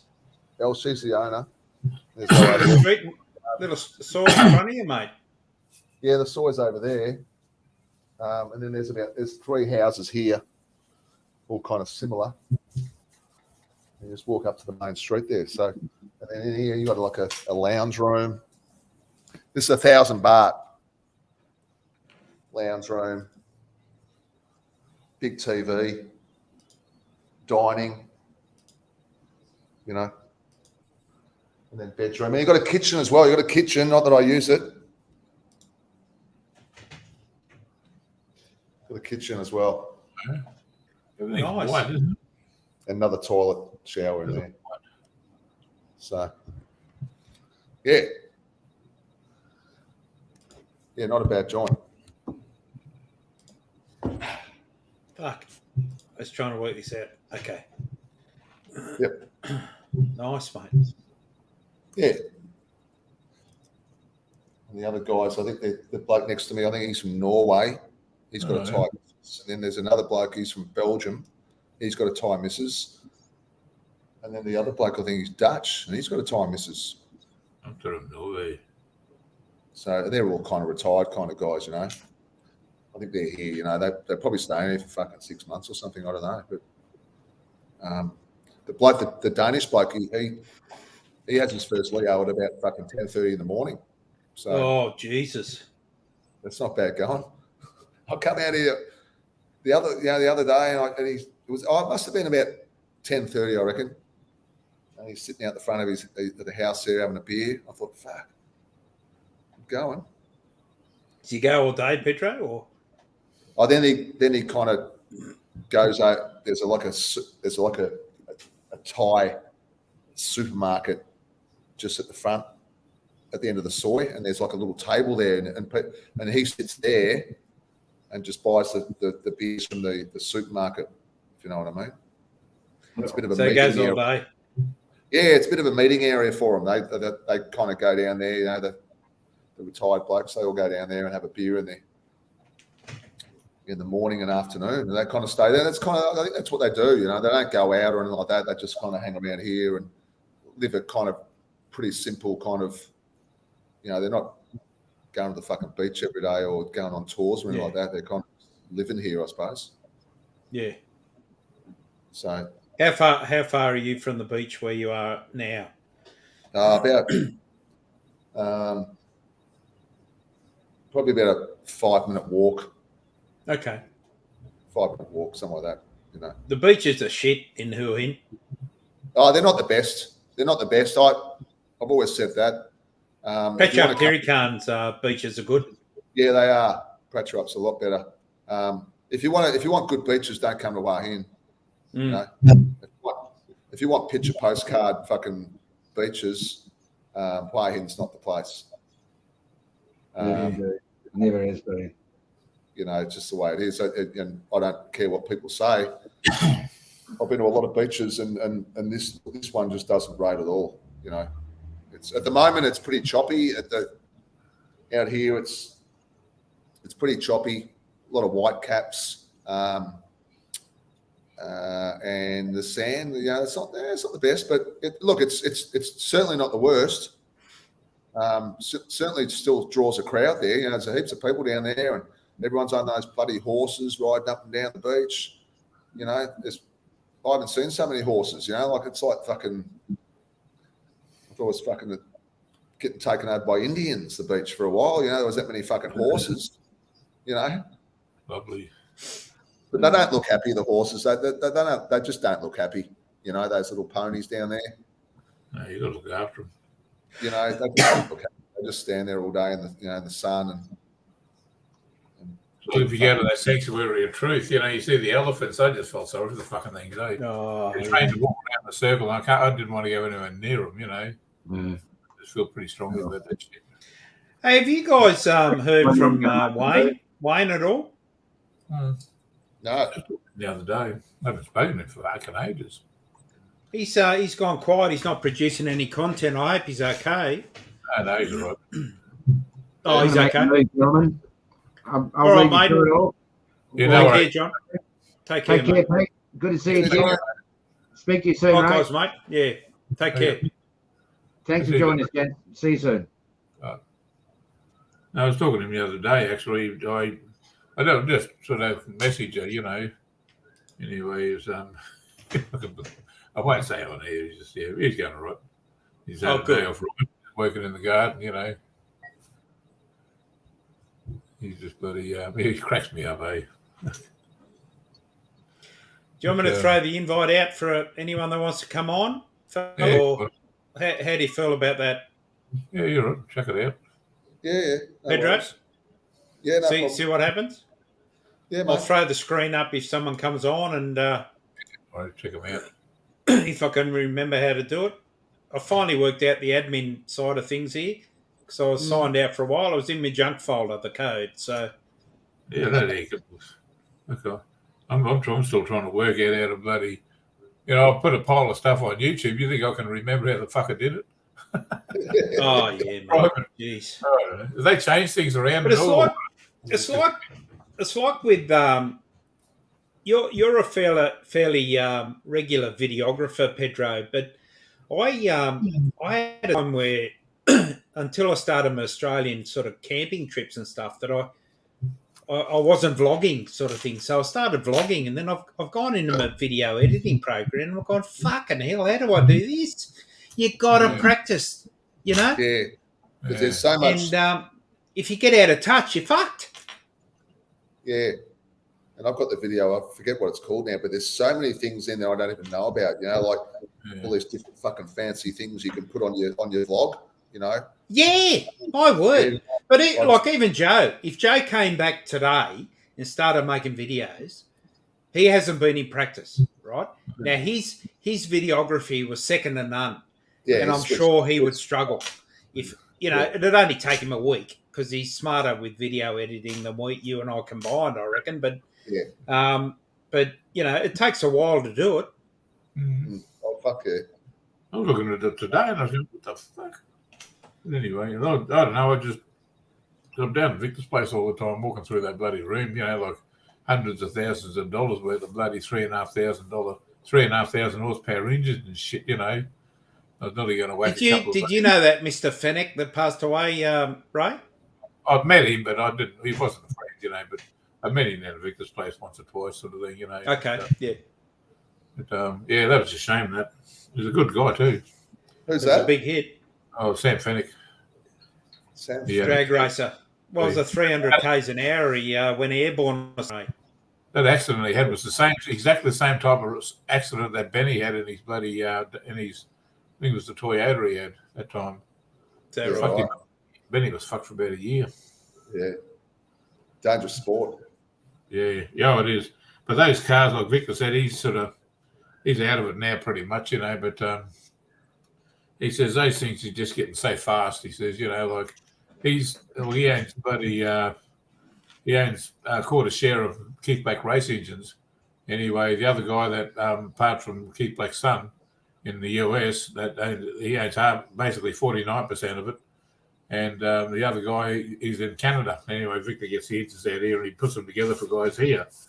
Anyway, at the moment, he's bloody putting 2 engines together for a guy. He wants to put them on the street car, and have a spare one. This is fucking money, eh? 3,500 horsepower. What the fuck do you have to do with 3,500 horsepower? Jesus Christ. It's crazy. Blame an injected Hemi. I'll put a picture up on our thing and have a look at this. He was down there the other day when I was there with this guy, and he had a fucking 900 horsepower Hellcat on the street. And when he was leaving, Benny was giving him shit. Sort of thing like that. He said, "Oh, those fucking street cars." He said, "You don't get that fucking horsepower." I'll just send it to you. I'll just put it up on our page. But the only experience I've had with those funny car things, the long ones, I took the missus out years ago to Easter Creek Dragway, and we were sitting in the grandstand, and they started dragging, and my fucking heart came out up through my throat and out my mouth. I have never experienced any vibration or speed or ear tones ever in my life like one of those funny cars. They rattle your soul. Jesus. But just look at our page, that's just, it's not that they don't show up too well there, but I'll tell you what, he backed off at the other, he backed off because he could have kept going if he wanted to. Have a look at the 2 fucking rubber marks there, about 14 Bloody hell. That's just outside of his gate. Like he lives on the end of a dead-end street, but he backed off, because he's in a fucking suburban area. But, crazy. Bloody, I don't know. I'm bloody around mate's place the other day. My little niece, I sort of adopted niece. We got her a car. She wanted a car. She got it. We sort of helped her out getting a little bloody Mazda Tribute 4-wheel drive thing, Anyway, I had a couple of oil leaks in it. She knew that. She got it cheap, so she put it in for a quote to get it fixed up. They said, the rear oil seal's leaking in the transmission, and $4,000 to $6,000 to fix it. I said, you fucking what? Well, then they had the car down there, because that's why they did the quote down at their workshop, because it was not registered. They put their trade plate on, took it down there. I said, give me their fucking number, will you? So I rang them up and said, how the fuck does it cost $4,000 to $6,000 to fix up a rear oil seal on a transmission? We've got to take the transmission out. I said, mate, I work with cars all day, every day. I'll restore them. I've been around them all my life. Is don't touch that fucking thing. Take it back to her right now. So I took it up to my mate's place, and he's a transmission specialist. Lifted it up in the air. You know what was wrong with it? A fucking power steering pump. Pull the power steering pump off, put a kit in it. I think it cost him about $60 for a power steering kit. This is these crooks, Really? they're everywhere, these assholes. So we fixed the car up. They also told her that all the bushes in the rear end were gone, the bloody ball joints were gone, and it's a good little car. Fucking nothing wrong with it. Jesus. Bugs me, that shit. Just trying to work They're out. expensive now, aren't they? Second-hand cars are fucking really expensive now. Oh, yeah. Well, got this one for $1,500. It's a good little car. But those Mazda tributes, they didn't make a huge amount of them, But I said to her, next time you bloody, this guy's an ex-biker, he's not now, but he's a good guy. He's been a mate of mine for a long, long, long time, And he just said, we'll fix her up for her, He didn't know us sort of thing, But I think he went right over the car. The headlights needed to polish, because the bloody, they were all foggy, he put that thing over it. And I think he charged the $400 all up. That's to go over it and fix all the tweaks and the, the bloody twerks on it sort of thing, These pricks are going to $4,000 to $6,000. Fuck me, but anyway, whatever. I'm trying to fix my food van up at the moment. It's starting to deteriorate, starting to get a few little rust bubbles around the serving windows. I fixed that up all right, but I had to patch up the paint. It looks like a dog's breakfast, and now I've got to try to go over all that, Anyway, I'm just trying to get it sorted out so I can sell it. How far from the beach, from the sea are you? Are you? Me? Yeah. Oh, well, I'm 10 minutes and I can see it. Okay. So do you have problems with the salt? With the salt? Yeah, where it is, my mate's place, he's near Hayes Inlet, near the Hornibuck Highway. But it's you get it there, sort of thing, But see, when they built that food van, they basically used black steel, and built it and they put all the serving windows in, and then they fucking masked them up and painted them so there's no protection underneath. But it's all right. They're not rusty. It's just, a couple of bubbles under the paint. It's not underfixed. Get it done and get it going. Get some money back in the. They'll be happy. They've got they've got a big Muay Thai boxing program on. I think it's tomorrow night. Oh yeah, gotta get down. Oh yeah, I might go and have a look. There's some good fighters, the Buckau, Buckau, the Thai fighter. There's some really good ones. So I might go down and have a look at it. It's down actually. No, you go, Pedro. I'm just thinking out loud. Yeah. It's down at where those 5 kings, 6 kings. I saw them on the vlog. It's kind of out. Yeah. Yeah, it's in there. It's in that park area there. They're holding a big fucking Muay Thai spectacle there. I think over the next few days, and it's drawing like all the best Muay Thai fighters from Thailand. So that might be worth. Yeah, it might be worth because I could. It's only those 6 kings. I think it was 6 kings. I can't remember now. It's only probably 10-minute ride from here, I reckon. So I might go down there and check it out. I haven't seen any Muay Thai fighting for I used to always go to a Muay Thai fight. Like the good ones, you get the shit ones like in Walking Street in Pattaya, those. Oh yeah. They used to have, have them in Batong in the Walking Street. It's just for the tourists, But if you go to the ones that are run by the army and the police and stuff like that, they have the good fighters. The ones that these kids are fucking, are really good. I mean, that's all they fucking do. They don't fucking shoot guns or anything like that. All they do in the army is fucking Muay Thai. You gotta get drunk and get in there, show them a few tricks.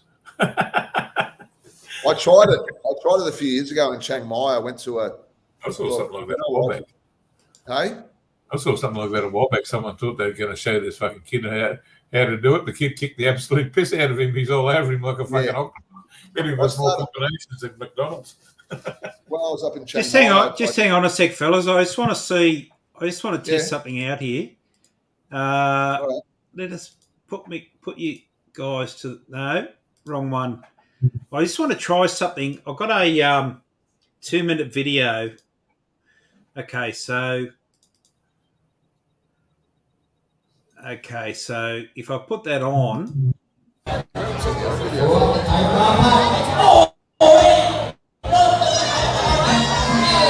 Where's that go? Hang on. So again. So I'll turn the volume off. Okay, so can you? Yeah, that's it. That's good. Okay, so I'll keep the volume off. That was at Koh Samui in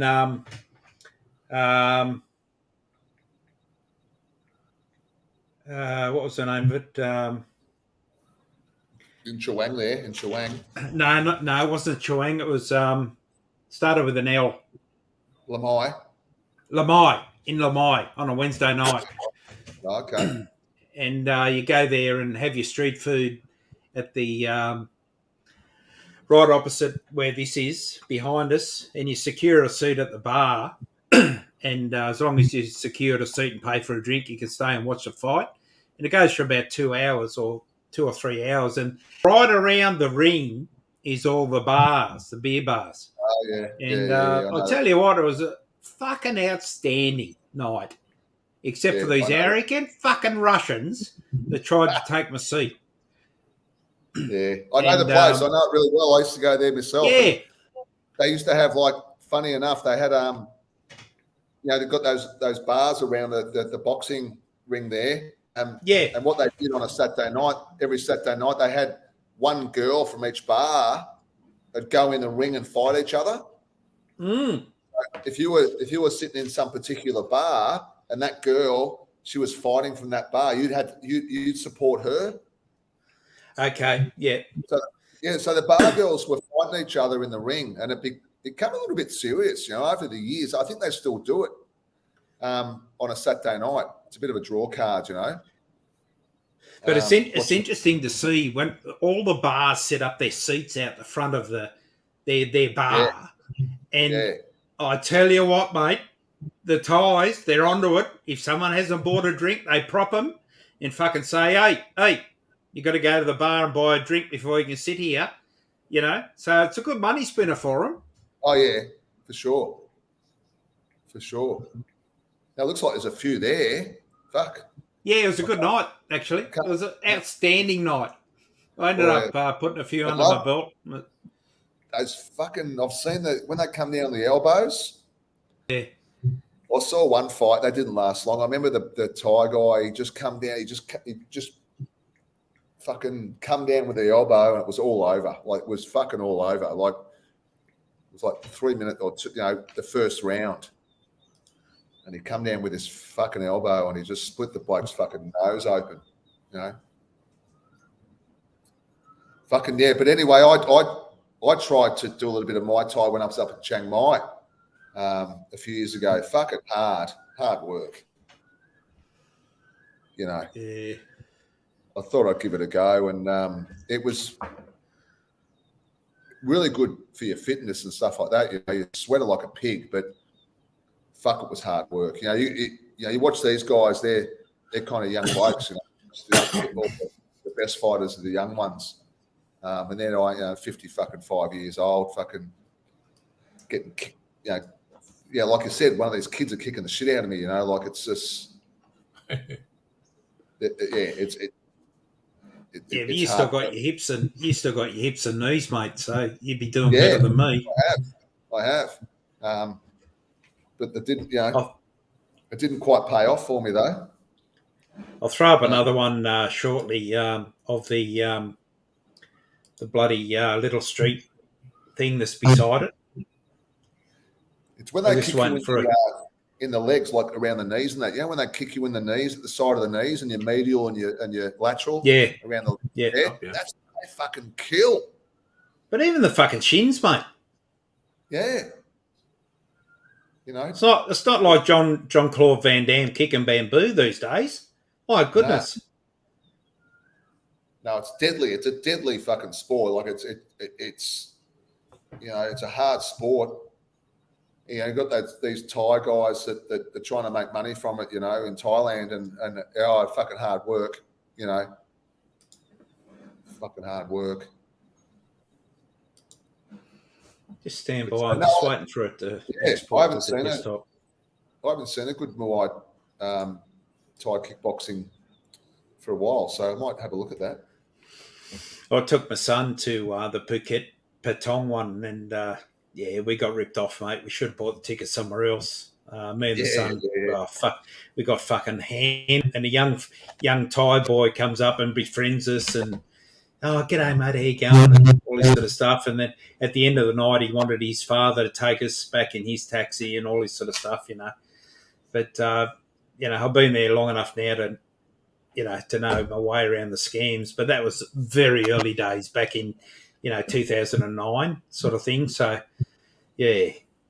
But they don't miss you much, mate, if they get hold of you, I'll tell you. As you blokes know. Yeah. Oh, yeah. You got to be like the new scam at the moment in town is the Indian fucking they read your palm, those fucking, what are they called? Palm readers? Fortune tellers and stuff. Fortune tellers. Yeah, fortune. So they're a bit of a scam over here at the moment, and they're not Thai, they're usually Indian. And they usually come up to you when you're in a bar or having fucking dinner with your missus or something like that, and they'll come up and they'll start the conversation up like, like they kind of relate something to you straight away. Like, I can see you're having, I can tell you're having a great trip here in Thailand. I mean, and if you're by yourself and that, they go, and I can see that you're going to fall in love. You're going to fall in love over here. All bullshit. I mean, I don't want to know about my future. I love to play with him, can't say. I'd just rather fucking find out the fucking, the normal way. I don't want to find out what's going on in the future. They're usually a bit smart, but they're not that smart. Them pricks. It's going to be bullshit anyway. You know, it's going to be bullshit anyway. But who wants to find out? That's the new thing now. You see them everywhere now. These Indian fortune tellers. Yeah. You know, well, the pricks are bringing up that bloody. You know, remember those ones with the bloody about the internet? You know, you got your computer's bloody infected. You know, you let us into your computer. You keep going for about 10 minutes. And you say, "Mate, I've got a fucking computer. I don't even have one. How the fuck can I have a problem with it? You know, they hang up in your ear." Yeah, the old scammers. Okay, this is the street, the little one beside the boxing rinks in Lamai, where you go for the street food sort of stuff. And there's an Aussie pub right there. Pedro, the Aussie pub. It's right next to the mate. Pedro, I fucking love Lamai, mate. I thought it was an outstanding venue. Where's that at? What's Lamai's, it's on Koh Samui, right? On Koh Samui. Oh, yeah. I've been down there yet. I used to go there back in the day with Trev, you know, back in the day. I think we first went there in 1993, and we used to love Lamai. Has changed a bit, though. When was this? This was. This would have been 2019. Okay, righto. Yeah. That's right near the boxing ring there, isn't it? Right beside it, mate. So yeah, right beside it. Yeah, that Aussie bar. And even if you're at the bar, you just make your order and they go and get it for you.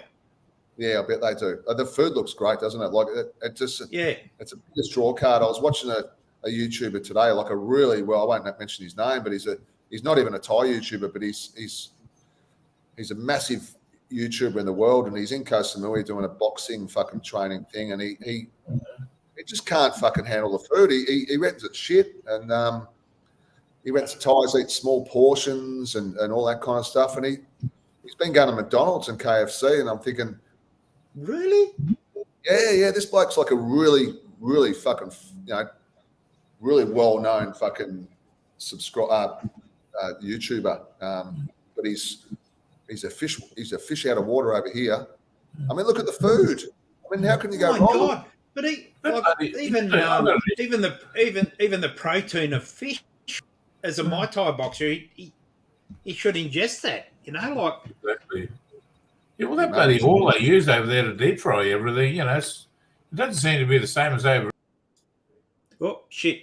I just punted Ray. Oh no! Sorry, Ray. Oh, you hate my guts. No. I apologise for that, mate. I'm terribly sorry. No biggie. I was trying to get rid of the videos. Yeah, that bloody oil they use over there, it doesn't seem to be the same as here, because here, if I eat too much deep fried stuff, I feel crook, but over there, I don't. I don't know. It must be they use it different. Maybe they use it more. I don't know. But MSG maybe probably because they're not big on it here, but over there they don't give a shit, But I don't know. I don't break out cysts over there. No, they're not. They don't really. I mean, they like the MSG over here. They do use it a lot. My wife uses it a lot in her cooking. I mean, I know a long time ago in Australia, it was kind of it came out. MSG was no good for you, and you went to these restaurants and they used to advertise no MSG in our food, and remember that.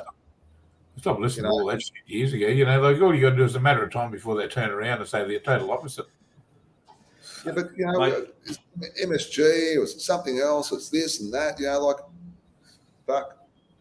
Mate, all I know about Chinese food is if you have a good chow feed and you drink a few beers, you still wake up at 3 a.m. dying for a thirst. Whether it's got MSG or not in it. Yeah. I'm just going to see they let that footage go of that bloody Paul Pelosi. I thought everybody, everyone was going on about it like it was a big gay fest over there, but you seen that footage? No, they let it go today. See if you can only go for about a minute. Have a look at it. Have a look on YouTube. It's bloody, that guy, he looks like Paul Pelosi was in his undies in his shed, must have woke him up or something, and he was trying to hold on to the hammer, and the coppers come to the door and knocked on the door, and they opened the door up sort of thing. Next minute, this clown's fucking close into him with a hammer. Looked pretty brutal. Shit. Oh, the Nancy Pelosi's husband. Yeah. I saw her thing the other okay, day. yeah. I She couldn't did a make that. fucking exorcism. Yeah. She did an exorcism on the place because that solid crack. She's a fucking nut All job, the mate. stories getting around. It's amazing how the fucking, But anyway, poor bastard. That would be very good to get smacked on there with a hammer at his age. Well, Shit, no. that and a bit of MSG, mate. You're fucking. It's all over, isn't it? Yeah. You know. Just stand by. I'll just put up that video I made of Koh Samui when I was there, just in the back. If it's just something to watch while we're chatting, Yeah. You okay with that? Go for it.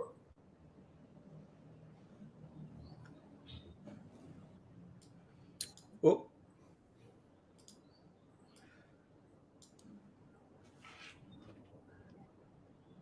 it'll go through a lot of the footage that I played, but that's where I stayed. That's changed names now. It's right on the beach.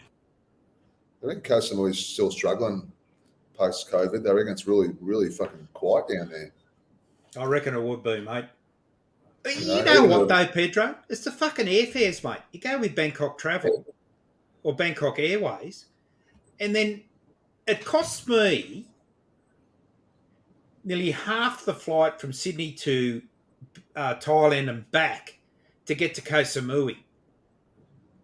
Yeah, it's not cheap. And then they hit you for 600 baht to take you in a taxi from the airport to your hotel.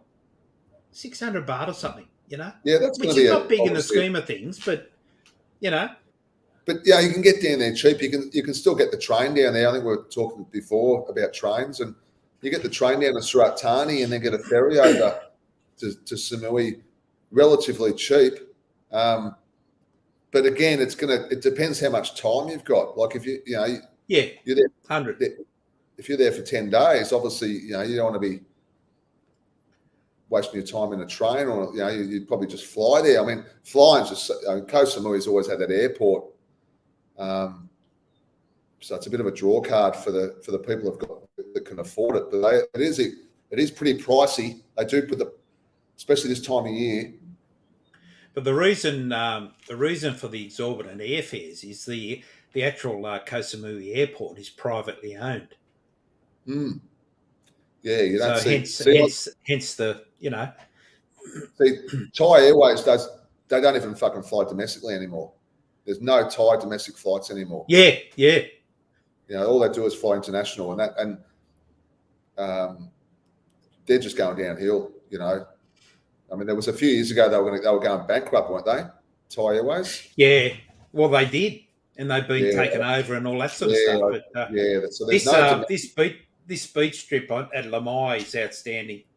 There's a couple of really good restaurants. That one on the right hand side, up on the balcony, you'll see later on. I watched one of those twirly shows, and I was up on the top there, and it had an outstanding feed.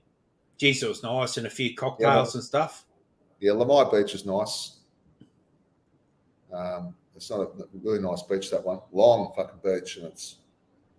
Yeah, I was there 2018. I think last time I was in Lamai. Didn't really rate it. Didn't really rate it. Too quiet for you, or? No, I was there with the missus and stuff. Just I don't know. It just didn't have that same vibe. It just wasn't like pumping like it used to. So you might be right a little bit. Like it is quiet. See, I saw videos of Chawang when I was planning my trip, and I thought Chawang's not my go. And I had a mate that stayed at Lamai, and I thought I'll give Lamai a go. And I to be quite honest, mate, I bloody loved it. Just for the quiet and getaway factor and no hassles. And I'm probably been a little bit critical, but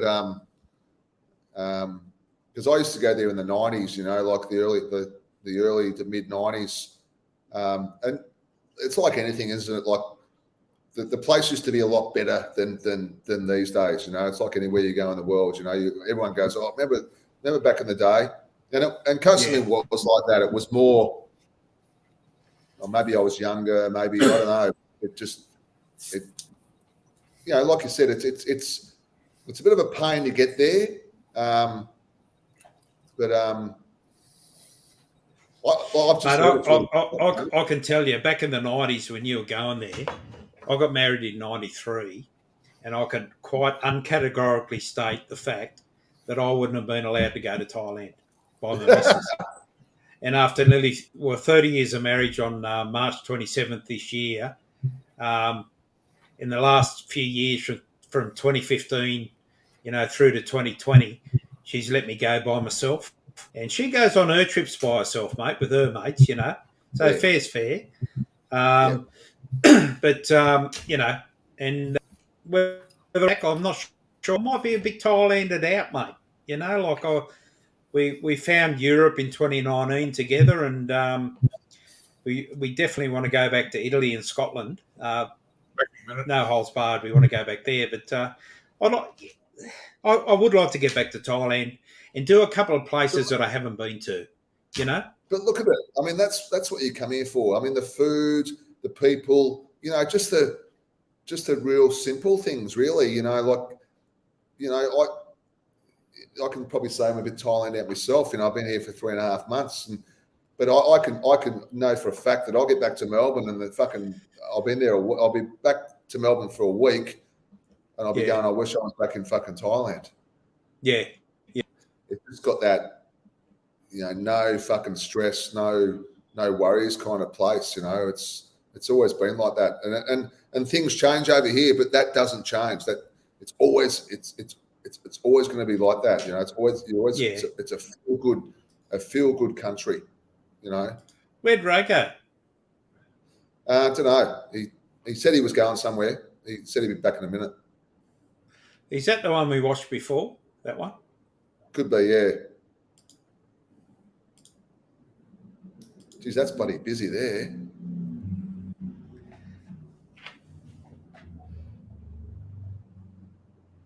That was a little bar.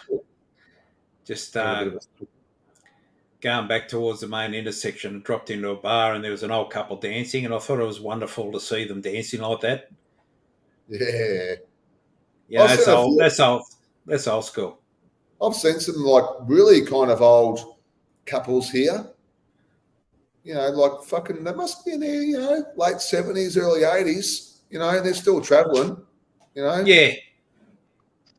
You fucking take your hat off to them, They might be done. Just hang on a sec, mate. I just got to go for a squirt, and I'll be back. Yeah. That was better. I had to get out of that room. It's that bloody hot in there, right? Come in the other room. Go on. Try and have a bourbon. I'm sweating my guts out. I don't fuck this. Can't enjoy it when I'm sweating like that. Yeah, I've got. Hey? Nah. What's the temperature up there now? What's the time second? I think it's probably. I'll have a look. Hang on a minute. Still 28 degrees. 8 o'clock, 8:30 at night. Oh shit, that's pretty warm. It's not even that warm here. It's fucking muggy too. Yeah, it's not like I've got the aircon on here, but it's there's no way it's 28 here. It'd be probably about 20, 21, 22, I reckon. Yeah, I've look at the VOM. That's all that. It's just a muggy. Still 27. That's it, it's 28, 27. Yeah, that's hot. So, you got the aircon in the other room? Yeah. When they're reclined, that other. Yeah, no, it's like in Melbourne, we have aircon, and you really only need it for a couple, 3 months of the year or something. But like in Melbourne, when it gets fucking hot, it just gets really it hits that 40 and high 30s. Yeah, it's just real uncomfortable. You get the humidity. We're still a feel like of 28 here at the moment. Yeah, you got the humidity down there like here, but oh, probably not, mate. No, I've had the air conditioners going all day, so I mowed the lawn this morning and sweated my fucking clacker off. I tell you. Yeah, I got these people come round on Tuesday to do mine. I ain't mowing the fucking thing. I've got a mower there. So, I'm gonna have to mow the lawns when I get home. Sounds Oh, like yeah. Henry's going to Vietnam, fellas. Yeah, Henry's over there to meet all the meeting all the big boys over there. Oh, yeah. That's where bloody, what's his name is? What's his name? I better not say it. That's a funny thing. Koh Samui. Is that still Koh Samui? Yeah, that's up at Big Buddha, isn't it? Yeah, mate. Yeah. It's funny how like you Main lay one. on Chewang. When you're in Chewang, you lay on the beach there, and every fucking hour the fucking plane comes in, the Bangkok Airways, Yeah. because they're just behind the beach, and they come in real low, like you could fucking touch the fucking airplane. They come that low. That was actually a really good day. I went to this one. I went to another one and had a feed down the bottom of the steps of this one. And it was a really good day. Yeah. Big Buddha's got I've got a bit of a thing for Big Buddha. It's like up there in Chewang there, or Keep Koh Samui. your fit over there, not climbing all the bloody steps. Yeah. Oh, God, yeah. Yeah. That's the thing over here. You can do a little bit of, you can go out. There's the planes, they come real low. Yeah, they're coming up here.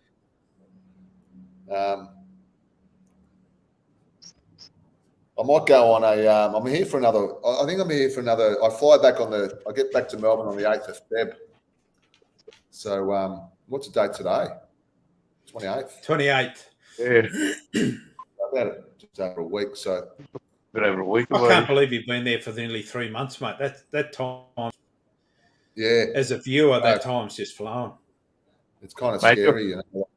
Pete, your cat's going to fucking hate you. I know. They were in the cattery for about a month. My kids have gone back, and my daughter got them out of the cattery. So, Right, yeah. oh, they'll be fucking happy to see me. Don't worry about that, because I'm the only one that bloody, fucking Gives them- brushes them and puts them to bed, and like everyone's just hasn't got enough time to. Yeah, fair enough. Oh, they'll be looking forward to seeing me. Don't worry about that. 100 a day, Pedro, for us if we go away. What's that, mate? 100 a day, $100 a day. Yeah, it's not cheap, is it? So 6 weeks in Europe when we had one dog was nearly $3,000. Now we've got 2 dogs.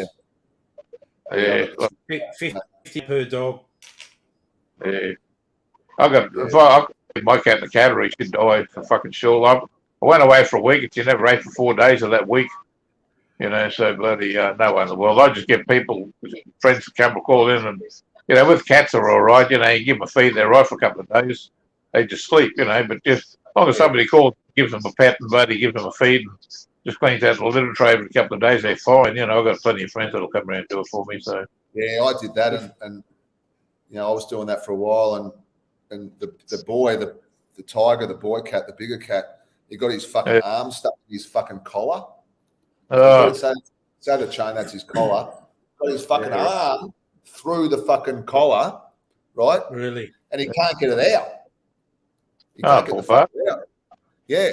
So everyone's coming around to feed him and shit, and he's just fucking shit himself, and he's under the house. yeah, So they couldn't find him, right? And I didn't know about the fact that he had his fucking front paw stuck down the collar until I got home, because no one could find him. They were saying, my son was saying, I can't find him. As soon as I got home, I went underneath the house. there he was. He heard my voice, and there he fucking was, and he should have seen all the open wounds he had. Oh, poor little bugger. And you actually smell the flesh. Yeah. And I couldn't get hold of him. I go under the house like it's pretty low, and couldn't get hold of him. And anyway, I went out, and 5 minutes he was at the back door. Yeah. He was at the back door, and I fucking took he must have had that paw in there for fucking weeks. Oh, that poor little bastard. Yeah, so I took him to the vet, and the vet's never seen anything like it. Yeah. The first time. So I gave him a couple of shots, and then I had to, it was kind of a couple of shots, some medication, and then I had to, the open wound. So she said just use kind of salt, warm water with salt. Yeah. And it all healed up. Poor little fella. As good as gold now. And, and then but yeah, so ever since then, I've just put him in a cattery. Yeah. We we beef the bigger Frenchie up before put him in a kennel because we know he doesn't eat, so he loses about four kilos. So we put a bit of weight on him before he goes in. The young one couldn't give a fuck. He'll eat anything, But the older one frets. Hey Tim, have you seen a movie called A Dog's Purpose? No, I don't think I have, mate. It's on at the moment on 7 Flicks. I just flicked it on now and I just saw it. I've seen it before. Watch it. Yeah. You'll fucking ball. You'll blubber your eyes out watching this. Really? It's a good movie. There's two of them. A Dog's Purpose and there's another one as well too. I think it's after this one. It's a fucking excellent movie. If you love dogs, mate, this movie, believe me. I do, mate. Yeah, I do. Yeah. Do you ever watch that Kanji? I think it was Kanji or something. The Japanese dog that his father passed away and he sat on at the railway for 8 years or something. Yeah. That was a true story too, I think, wasn't it? Yeah, it was. I bored my eyes out. Fucking hopeless, mate. Bored my eyes out with that one.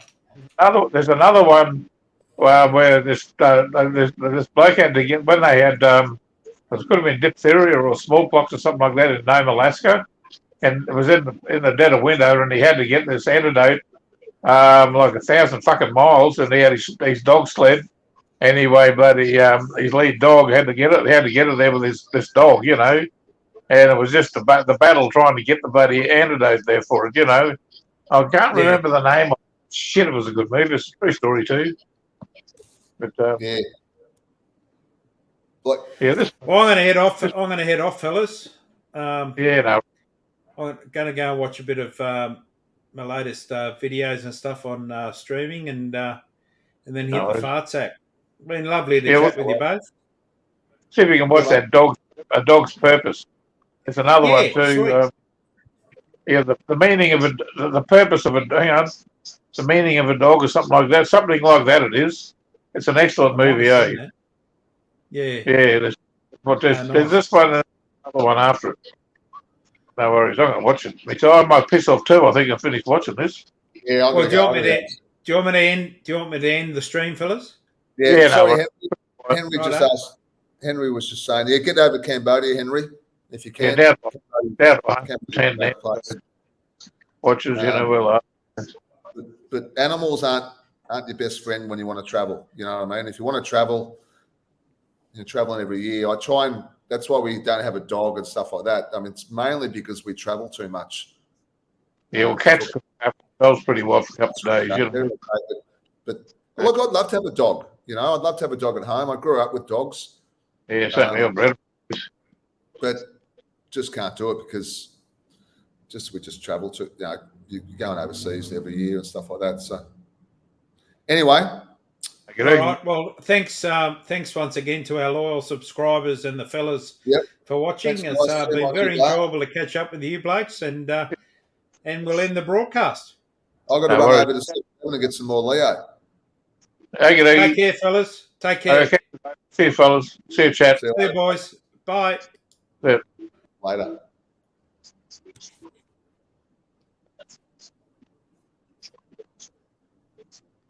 Where are we? Hang on a second.